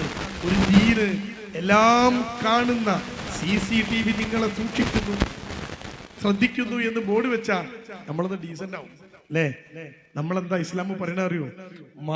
ആകാശത്തുള്ള റബ്ബ് സകലതും കാണുന്നു. നിങ്ങളുടെ മനസ്സിന്റെ അകത്ത് രൂപപ്പെടുന്ന ആശയങ്ങളെ പോലും റബ്ബ് കാണുന്നു. എത്ര വലിയ കൊത്തളങ്ങൾക്കകത്ത് നിങ്ങൾ ഒളിച്ചാലും പ്രിയപ്പെട്ടവരെ റബ്ബ് കാണും. നിങ്ങൾ എന്താ തിരയുന്നത് വിരലുകൊണ്ട് റബ്ബ് കാണും. ബാത്റൂമിനകത്തെ സകല റൂമും അടച്ച് ഒരുത്തനും കാണൂല, അതാണല്ലോ ബാത്റൂം അല്ലേ? ആ ബാത്റൂമിനുള്ളിൽ നിങ്ങൾ എന്ത് ചെയ്യുന്നു എന്നത് പോലും കൃത്യമായി അറിയുന്ന ഒരു റബ്ബിന്റെ 24 മണിക്കൂറും ആഴ്ചയിൽ 7 ദിവസവും ഈ റബ്ബ് നമ്മളെ നിരീക്ഷിക്കുന്നു എന്ന ബോധമുള്ള ജനങ്ങളെ സൃഷ്ടിക്കുന്ന ഇസ്ലാമിന്റെ വക്താക്കളാവുക എന്ന പരിഹാരം ഞങ്ങളുടെ കയ്യിലുണ്ട് കൂട്ടരെ. നിങ്ങളുടെ അടുത്ത് എന്താ പരിഹാരമുള്ളത്? ഇത് ചെയ്യണമെന്ന് അറസ്റ്റ് ചെയ്യലോ, ജയിലിൽ നിറയ്ക്കലോ, ജുവനൈൽ ഹോം തികയാതെ വരും ഇല്ലേ? കുട്ടികളുടെ മനസ്സിനകത്തേക്ക് ഇത് കുത്തിവെക്കുക. പെണ്ണും ഒരുമിച്ച് ജീവിച്ചാൽ എന്താണ് കുഴപ്പം? അങ്ങനെ ജീവിക്കുന്ന പെണ്ണുങ്ങളെ ചാനലുകൾ കൊണ്ടുവന്നിട്ട് സൂപ്പർ സ്റ്റാറുകളാക്കി മാറ്റുകയാണ്. ആർക്കും വേണ്ടാതെ അഴുക്കുചാലിലേക്ക് തള്ളേണ്ടിയിരുന്നവർ ഇന്ന് സൂപ്പർ സ്റ്റാറുകളാണ്. അവരുടെ മേക്കപ്പിന്റെ കഥകളും അവരുടെ വസ്ത്രത്തിന്റെ കഥകളും അവരുടെ ജീവിതത്തിന്റെ കഥകളും ഒക്കെ കുട്ടികളിരുന്ന് ഷോർട്സും റീൽസുമായിട്ട് കാണുമ്പോൾ ഈ കുട്ടികൾ കുടുംബം എന്ന വ്യവസ്ഥിതി വേണ്ട എന്ന് പറയുമ്പോൾ നമ്മുടെ നാട് നാശത്തിലേക്ക് നീങ്ങുന്നു. റോഡുകൾ 6 വരിയായി മാറിയാൽ രാജ്യം പുരോഗമിക്കില്ല. വലിയ വലിയ ബിൽഡിങ്ങുകൾ ഉയർന്നാൽ ഒരു നാട് പുരോഗമിക്കില്ല. എല്ലാ വീടും 2 നിലയായി പെയിന്റ് അടിച്ചിട്ട് ഇങ്ങനെ തിളങ്ങിയാൽ നാട് പുരോഗമിക്കില്ല. LED ബൾബുകളിട്ട് അങ്ങാടികൾ മുഴുവൻ പ്രകാശപൂരിതമാക്കിയാൽ കൂട്ടരെ നാട് വികസിക്കുകയല്ല. ഒരു മനുഷ്യന്റെ ചിന്തകളെ സംസ്കരിക്കുമ്പോഴാണ് ഒരു നാട് വികസിക്കുക എന്ന് ആരാ പറഞ്ഞു കൊടുക്കുക ഈ കൂട്ടർക്ക്? ആ സംസ്കാരത്തിന് വേണ്ടിയിട്ടാണ്, സംസ്കരണത്തിന് വേണ്ടിയിട്ടാണ് ഇസ്ലാം നിലകൊണ്ടുന്നത്. Wisdom global Islamic organisation, wisdom Islamic ഓർഗനൈസേഷന്റെ ഏറ്റവും വലിയ കാര്യം തന്നെയാണ്. നമ്മൾ എന്താ പറയുന്നത്?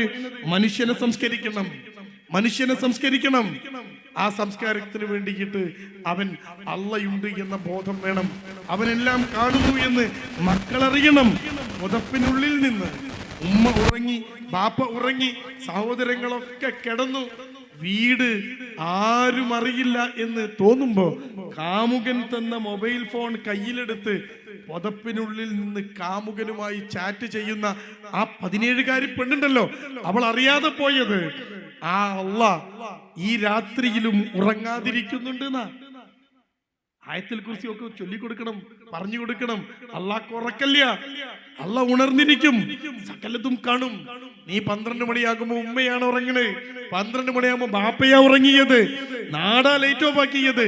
ഉണർന്ന കണ്ണുകളുണ്ട്, അത് അള്ളാന്റെ കണ്ണാണ്. ആ അള്ളാന്റെ കണ്ണ് കാണുമ്പോൾ ചെക്കനോട് പറഞ്ഞു കൊടുക്കണം, നിന്നെ പടച്ചോൻ കാണും. ആ ബോധമുള്ള ഒരു മനുഷ്യൻ എങ്ങനെയാ തെറ്റിപ്പോവുക? ഈ മനുഷ്യനെ സംസ്കരിക്കാൻ ആധുനിക ലോകത്തിലെ സകല പ്രശ്നങ്ങളെയും ഇല്ലാതാക്കാൻ ഒറ്റ കാര്യമുള്ളൂ. നിങ്ങൾ ദീൻ കൊടുക്കുക. നിങ്ങളെ ഭർത്താവിന് ദീനുണ്ടോ? അമ്മമാരോട് ചോദിക്കി, സ്ത്രീകളോട് ചോദിക്കി, ഭർത്താവിന് ദീനുണ്ടോ? എങ്കിൽ ആ ഭർത്താവ് നിങ്ങൾക്ക് എങ്ങോട്ടും വിടാ, അയാൾ തെറ്റൂല. ഭാര്യക്ക് ദീനുണ്ടോ? നിങ്ങൾക്ക് വിടാ, തെറ്റൂല. എത്ര പെണ്ണുങ്ങളാണ് ഭർത്താവിനെ പറ്റിച്ചുകൊണ്ട് മൊബൈൽ ഫോണിനകത്ത് ചാറ്റ് ചെയ്യുന്നത്? എത്ര ആണുങ്ങളാണ് തന്റെ കൂടെ 10ാം ക്ലാസ്സിൽ പഠിച്ച പെണ്ണുമായിട്ട് വീണ്ടും ബന്ധം സ്ഥാപിച്ചത്? പാവം ഭാര്യ അറിയാതെ പോകുന്നു, പാവം ഭർത്താവ് അറിയാതെ പോകുന്നു. പറ്റിച്ച് ജീവിക്കാം. പക്ഷേ നമ്മൾ അറിയേണ്ടതല്ല, അള്ളാഹ് കാണുന്നത്, സകലതും കാണുന്ന പടച്ചോൻ അല്ലേ? പിന്നെ ആർക്കാ പറ്റിക്കാൻ കഴിയും? ഇല്ല. ഇങ്ങനെ ഒരു സമൂഹത്തെ സൃഷ്ടിച്ചെടുക്കുകയാണ് ഇതിന്റെ പരിഹാരം. എനിക്ക് ഉമ്മമാരോട് ഞാൻ അവസാനിപ്പിക്കാം. ഞാൻ 9 മണിയായി അവസാനിപ്പിക്കാൻ. നമുക്ക് പിന്നെ നാളെ ഇപ്പോൾ ശനിയാഴ്ചയാണ്. ചില ആൾക്കാർക്ക് പണിക്ക് പോകാനുണ്ടാവും, സ്കൂൾ മാത്രമേ ഇല്ലാത്തതുള്ളൂ. അതുകൊണ്ട് ഞാൻ നീട്ടി പറയില്ല, അവസാനിപ്പിക്കാൻ. എൻ്റെ പ്രിയപ്പെട്ടവർ, മക്കളെ ശ്രദ്ധിക്കണം. മാറിയ ഈ ലോകത്തെ ജാഗ്രത നമ്മുടെ കുടുംബത്തിനകത്തേക്ക് കൊണ്ടുവരണം. എൻ്റെ മുമ്പിലിരിക്കുന്ന പുരുഷന്മാരോട് എനിക്ക് പറയാനുള്ളത്, കഴിവതും നേരത്തെ നിങ്ങൾ വീട്ടിലെത്തണം. കുടുംബത്തിനകത്ത് നിയന്ത്രണങ്ങൾ കൊണ്ടുവരണം. മക്കൾ രാത്രി വീട്ടിനകത്തുണ്ടെന്ന് ഉറപ്പുവരുത്തണം. ഞാൻ എന്തിനത് പറഞ്ഞെന്നറിയോ? കഴിയുമെങ്കിൽ വീട് പൂട്ടിയിട്ട് താക്കോല് നിങ്ങൾ പൂട്ടണം. അകത്തത് കുറ്റിയിട്ട് അകത്തത് തുറക്കാൻ പറ്റും. താക്കോലോട് പൂട്ടണം വീട്. ഒരുത്തനും പുറത്തുനിന്ന് അകത്ത് കിടക്കാൻ കഴിയരുത്. ഒരുത്തനും അകത്തുനിന്ന് പുറത്ത് കിടക്കാൻ കഴിയരുത്. വീട്ടിനകത്ത് പുറത്തേക്ക് പോകുന്ന എല്ലാ വാതിലുകളും എൻ്റെ പ്രിയപ്പെട്ട ഉപ്പമാരെ താക്കോലിട്ട് പൂട്ടി ആ താക്കോല് നിങ്ങളുടെ റൂമിനകത്ത് തലയണന്റെ ചുറ്റും. കാരണം എന്താ? നമ്മളെ കുട്ടി അങ്ങനെ ഒന്നും ചെയ്യില്ല എന്ന് ചിന്തിക്കുന്നത് മക്കളാണ് ജോലി. അങ്ങനത്തെ മക്കളാണ് ജയിലിൽ കിടക്കുന്നത്. നമ്മളെ പക്ഷേ കാലഘട്ടം ഈ കുട്ടി തെറ്റിപ്പോവാനുള്ള സകല വഴിയുണ്ട്. അതുകൊണ്ട് ഞാൻ ഇനി പറയുന്ന കാര്യങ്ങളിൽ ജാഗ്രത പാലിക്കണം. ആരോടാ ഞാൻ പറയുന്നത്? ഉപ്പമാരോടാണ്, ഉമ്മമാരോടല്ല, ഉപ്പമാരോടാണ്.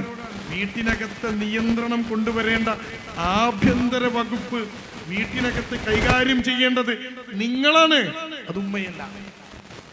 നിങ്ങളാ. ആ കുട്ടികൾ, നിങ്ങൾക്ക് 4 മക്കളുണ്ടോ? ഈ 4 മക്കളും രാത്രി വീട്ടിനകത്ത് പോയിട്ട് ഉറപ്പ് വരുത്തണം.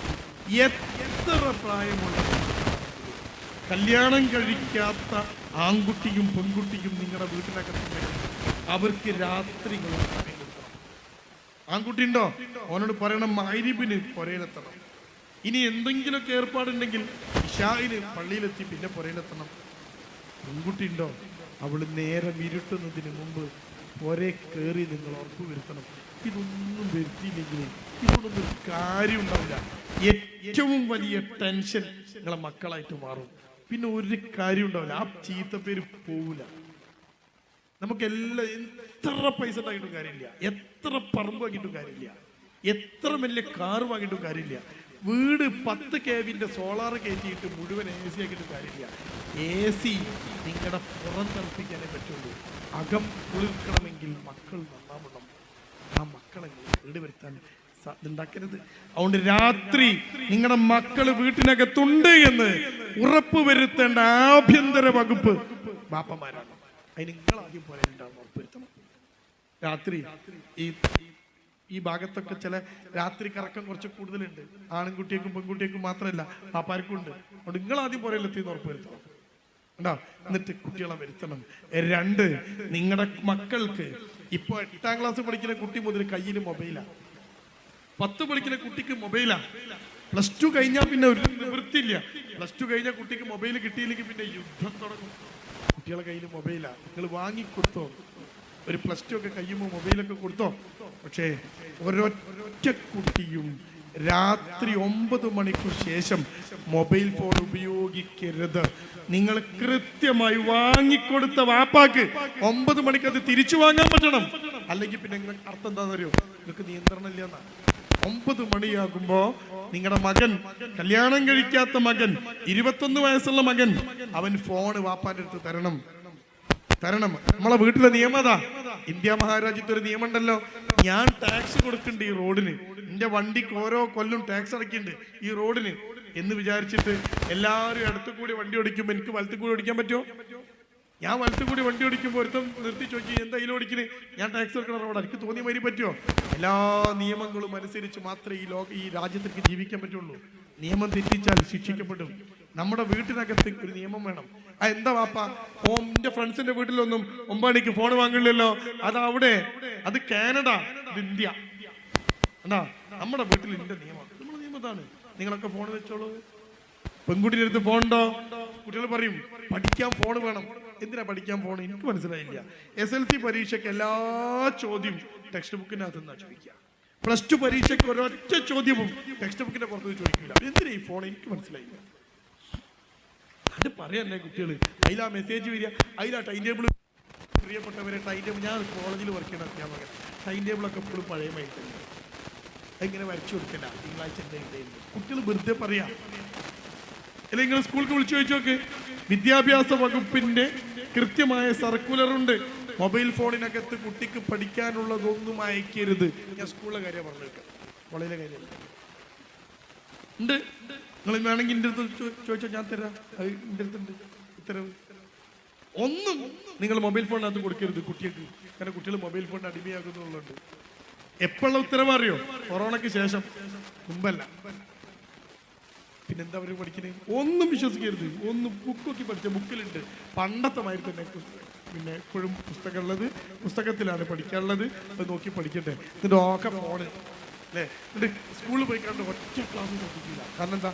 യൂട്യൂബിലെ ക്ലാസ് കേൾക്കുക, സ്കൂളിൽ പാഷന്മാരുടെ ക്ലാസ് ഭയങ്കര കഥ കളിക്കുക, യൂട്യൂബ് ക്ലാസ് വെക്കുക, നടക്കൂല. അപ്പൊ രാത്രി ഫോണിൽ പഠിത്തല്ല, ഫോണ് വാങ്ങി വെക്കണം. അപ്പോഴേ നിങ്ങളുടെ കുട്ടി, അതാണ് നിങ്ങൾക്ക് ഉണ്ടാവേണ്ട ജാഗ്രത. എന്താ? 3 നിങ്ങളുടെ മക്കളെ ശ്രദ്ധിക്കണം. ആൺകുട്ടിന്റെ പാൻറ്റും കുപ്പായും തിരുമ്പാൻ ഉമ്മാൻ്റെ അടുത്ത് കിട്ടുമ്പോൾ, എൻ്റെ പ്രിയപ്പെട്ട ഉമ്മമാരെ, പാൻറ്റിന്റെ പോക്കറ്റ് പുറത്തേക്ക് വലിച്ചിട്ട് മണത്ത് നോക്കണം. സിഗരറ്റിന്റെ മണമുണ്ടോ, കഞ്ചാവിന്റെ മണമുണ്ടോ, എന്തെങ്കിലും മണം വ്യത്യാസം ഉണ്ടോന്ന്. ഈ പെണ്ണുങ്ങൾക്ക് മണത്ത് കണ്ടുപിടിക്കാനുള്ള ശേഷി നല്ല കൂടുതലുള്ള ആൾക്കാരാണ്. അതുകൊണ്ട് പാൻറ്റിന്റെ പോക്കറ്റിന് വലിച്ചിടണം. എന്നാ അപ്പൊ എന്തെങ്കിലും ഒന്ന് പോക്കറ്റിൽ ഈ കുപ്പായത്തിന്റെ കീശക്കട വലിച്ചാൽ കിട്ടും, തിരുമ്പാൻ കിട്ടുമ്പോൾ കിട്ടും. ഉമ്മാക്കിന്റെ കയ്യിലാതെ കിട്ടുക. ഓന്റെ യൂണിഫോം മണത്ത് നോക്കണം. ഓൻ കാണരുത്. സ്കൂളിൽ പോകുമ്പോൾ മണത്താൽ മതി. ഓന്റെ മുമ്പിൽ ഇത് മണക്കാൻ എന്നാ ആ പാൻറ് കുപ്പായിട്ട് മണത്ത് വെക്കുക. ഈ പെൺകുട്ടികള് ഇടക്കിടക്ക് പെൺകുട്ടികളുടെ റൂമിൽ ED റെയ്ഡ് നടത്തണം. കുട്ടി മനസ്സിലാക്കരുത്. ഇടക്കിടക്ക് പോയി കണ്ട് മോളെ അളമാറൊക്കെ ഒന്ന് മറക്കി. എന്നിട്ട് ഓള് സ്കൂൾ തീർമ്പോൾ തന്നെ പറയാം,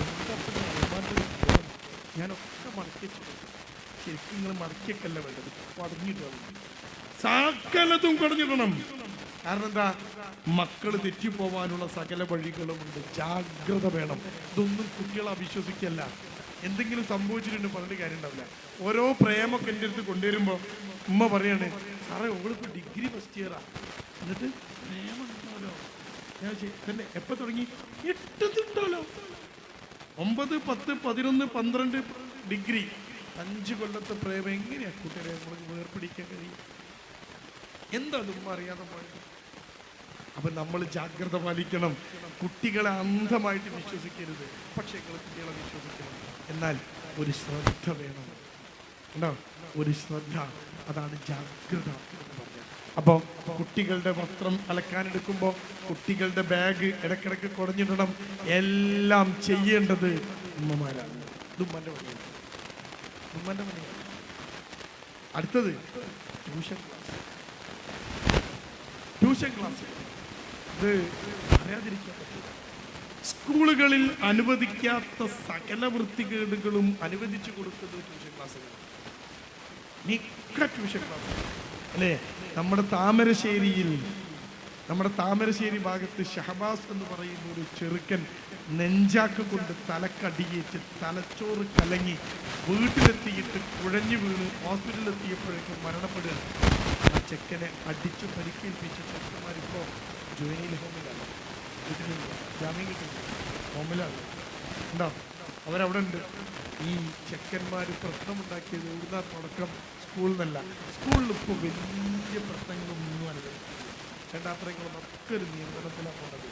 വമ്പൻ DJ പാട്ടുകൾ, വമ്പൻ കലോത്സവങ്ങൾ, സ്കൂളിനേക്കാളും വലിയ കലോത്സവം. അപ്പം ട്യൂഷൻ ക്ലാസ്സിൽ എല്ലാ വേണ്ടാത്തതിനും ട്യൂഷൻ ക്ലാസ്സുകാരെങ്ങനെ അനുവദിച്ചു കൊടുക്കും. കാരണം എന്താ അറിയോ? ഓൾക്ക് അങ്ങനെയെങ്കിലും ട്യൂഷൻ ക്ലാസ്സിലേക്ക് പറഞ്ഞേക്കുന്ന ഉമ്മമാർ ഉപ്പമാർ നേരം വിളിക്കുന്നതിന് മുമ്പ് കുട്ടി അവിടെ എത്തുമ്പോൾ ഈ കുട്ടി ട്യൂഷൻ ക്ലാസ്സിലെത്തി അവിടുത്തെ എല്ലാ വൃത്തികേടുകൾക്കും നിങ്ങൾ അനുഭവിക്കും.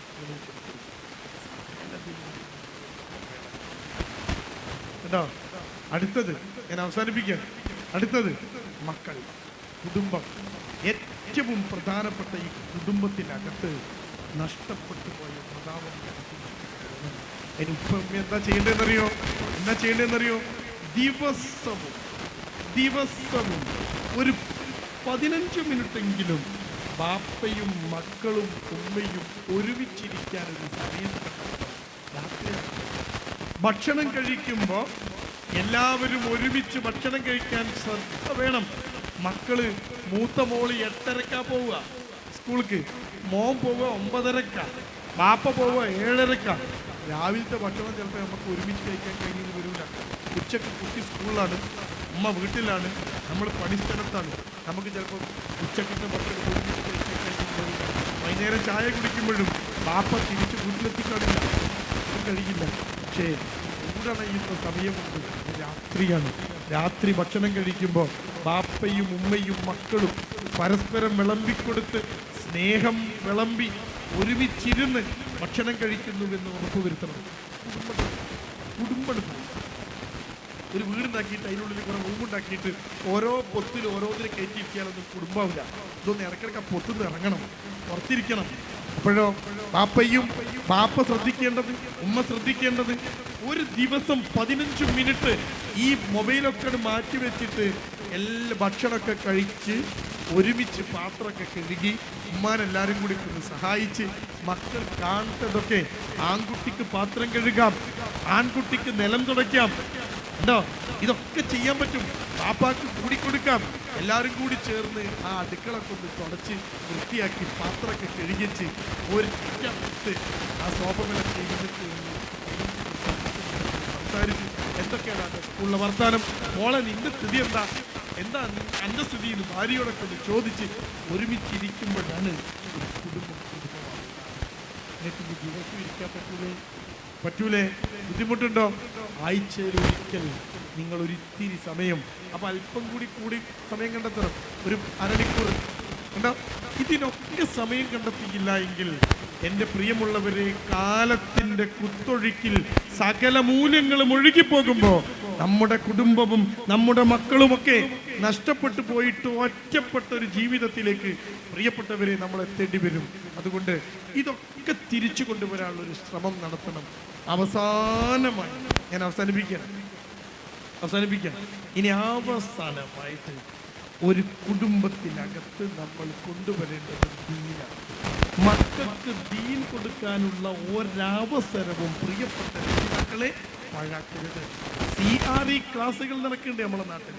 വിസ്ഡം ഇസ്ലാമിക് ഓർഗനൈസേഷൻ നടത്തുന്ന CREകളുണ്ട്, കണ്ടിന്യൂസ് റിലീജിയസ് എഡ്യൂക്കേഷൻ. ഉണ്ടോ?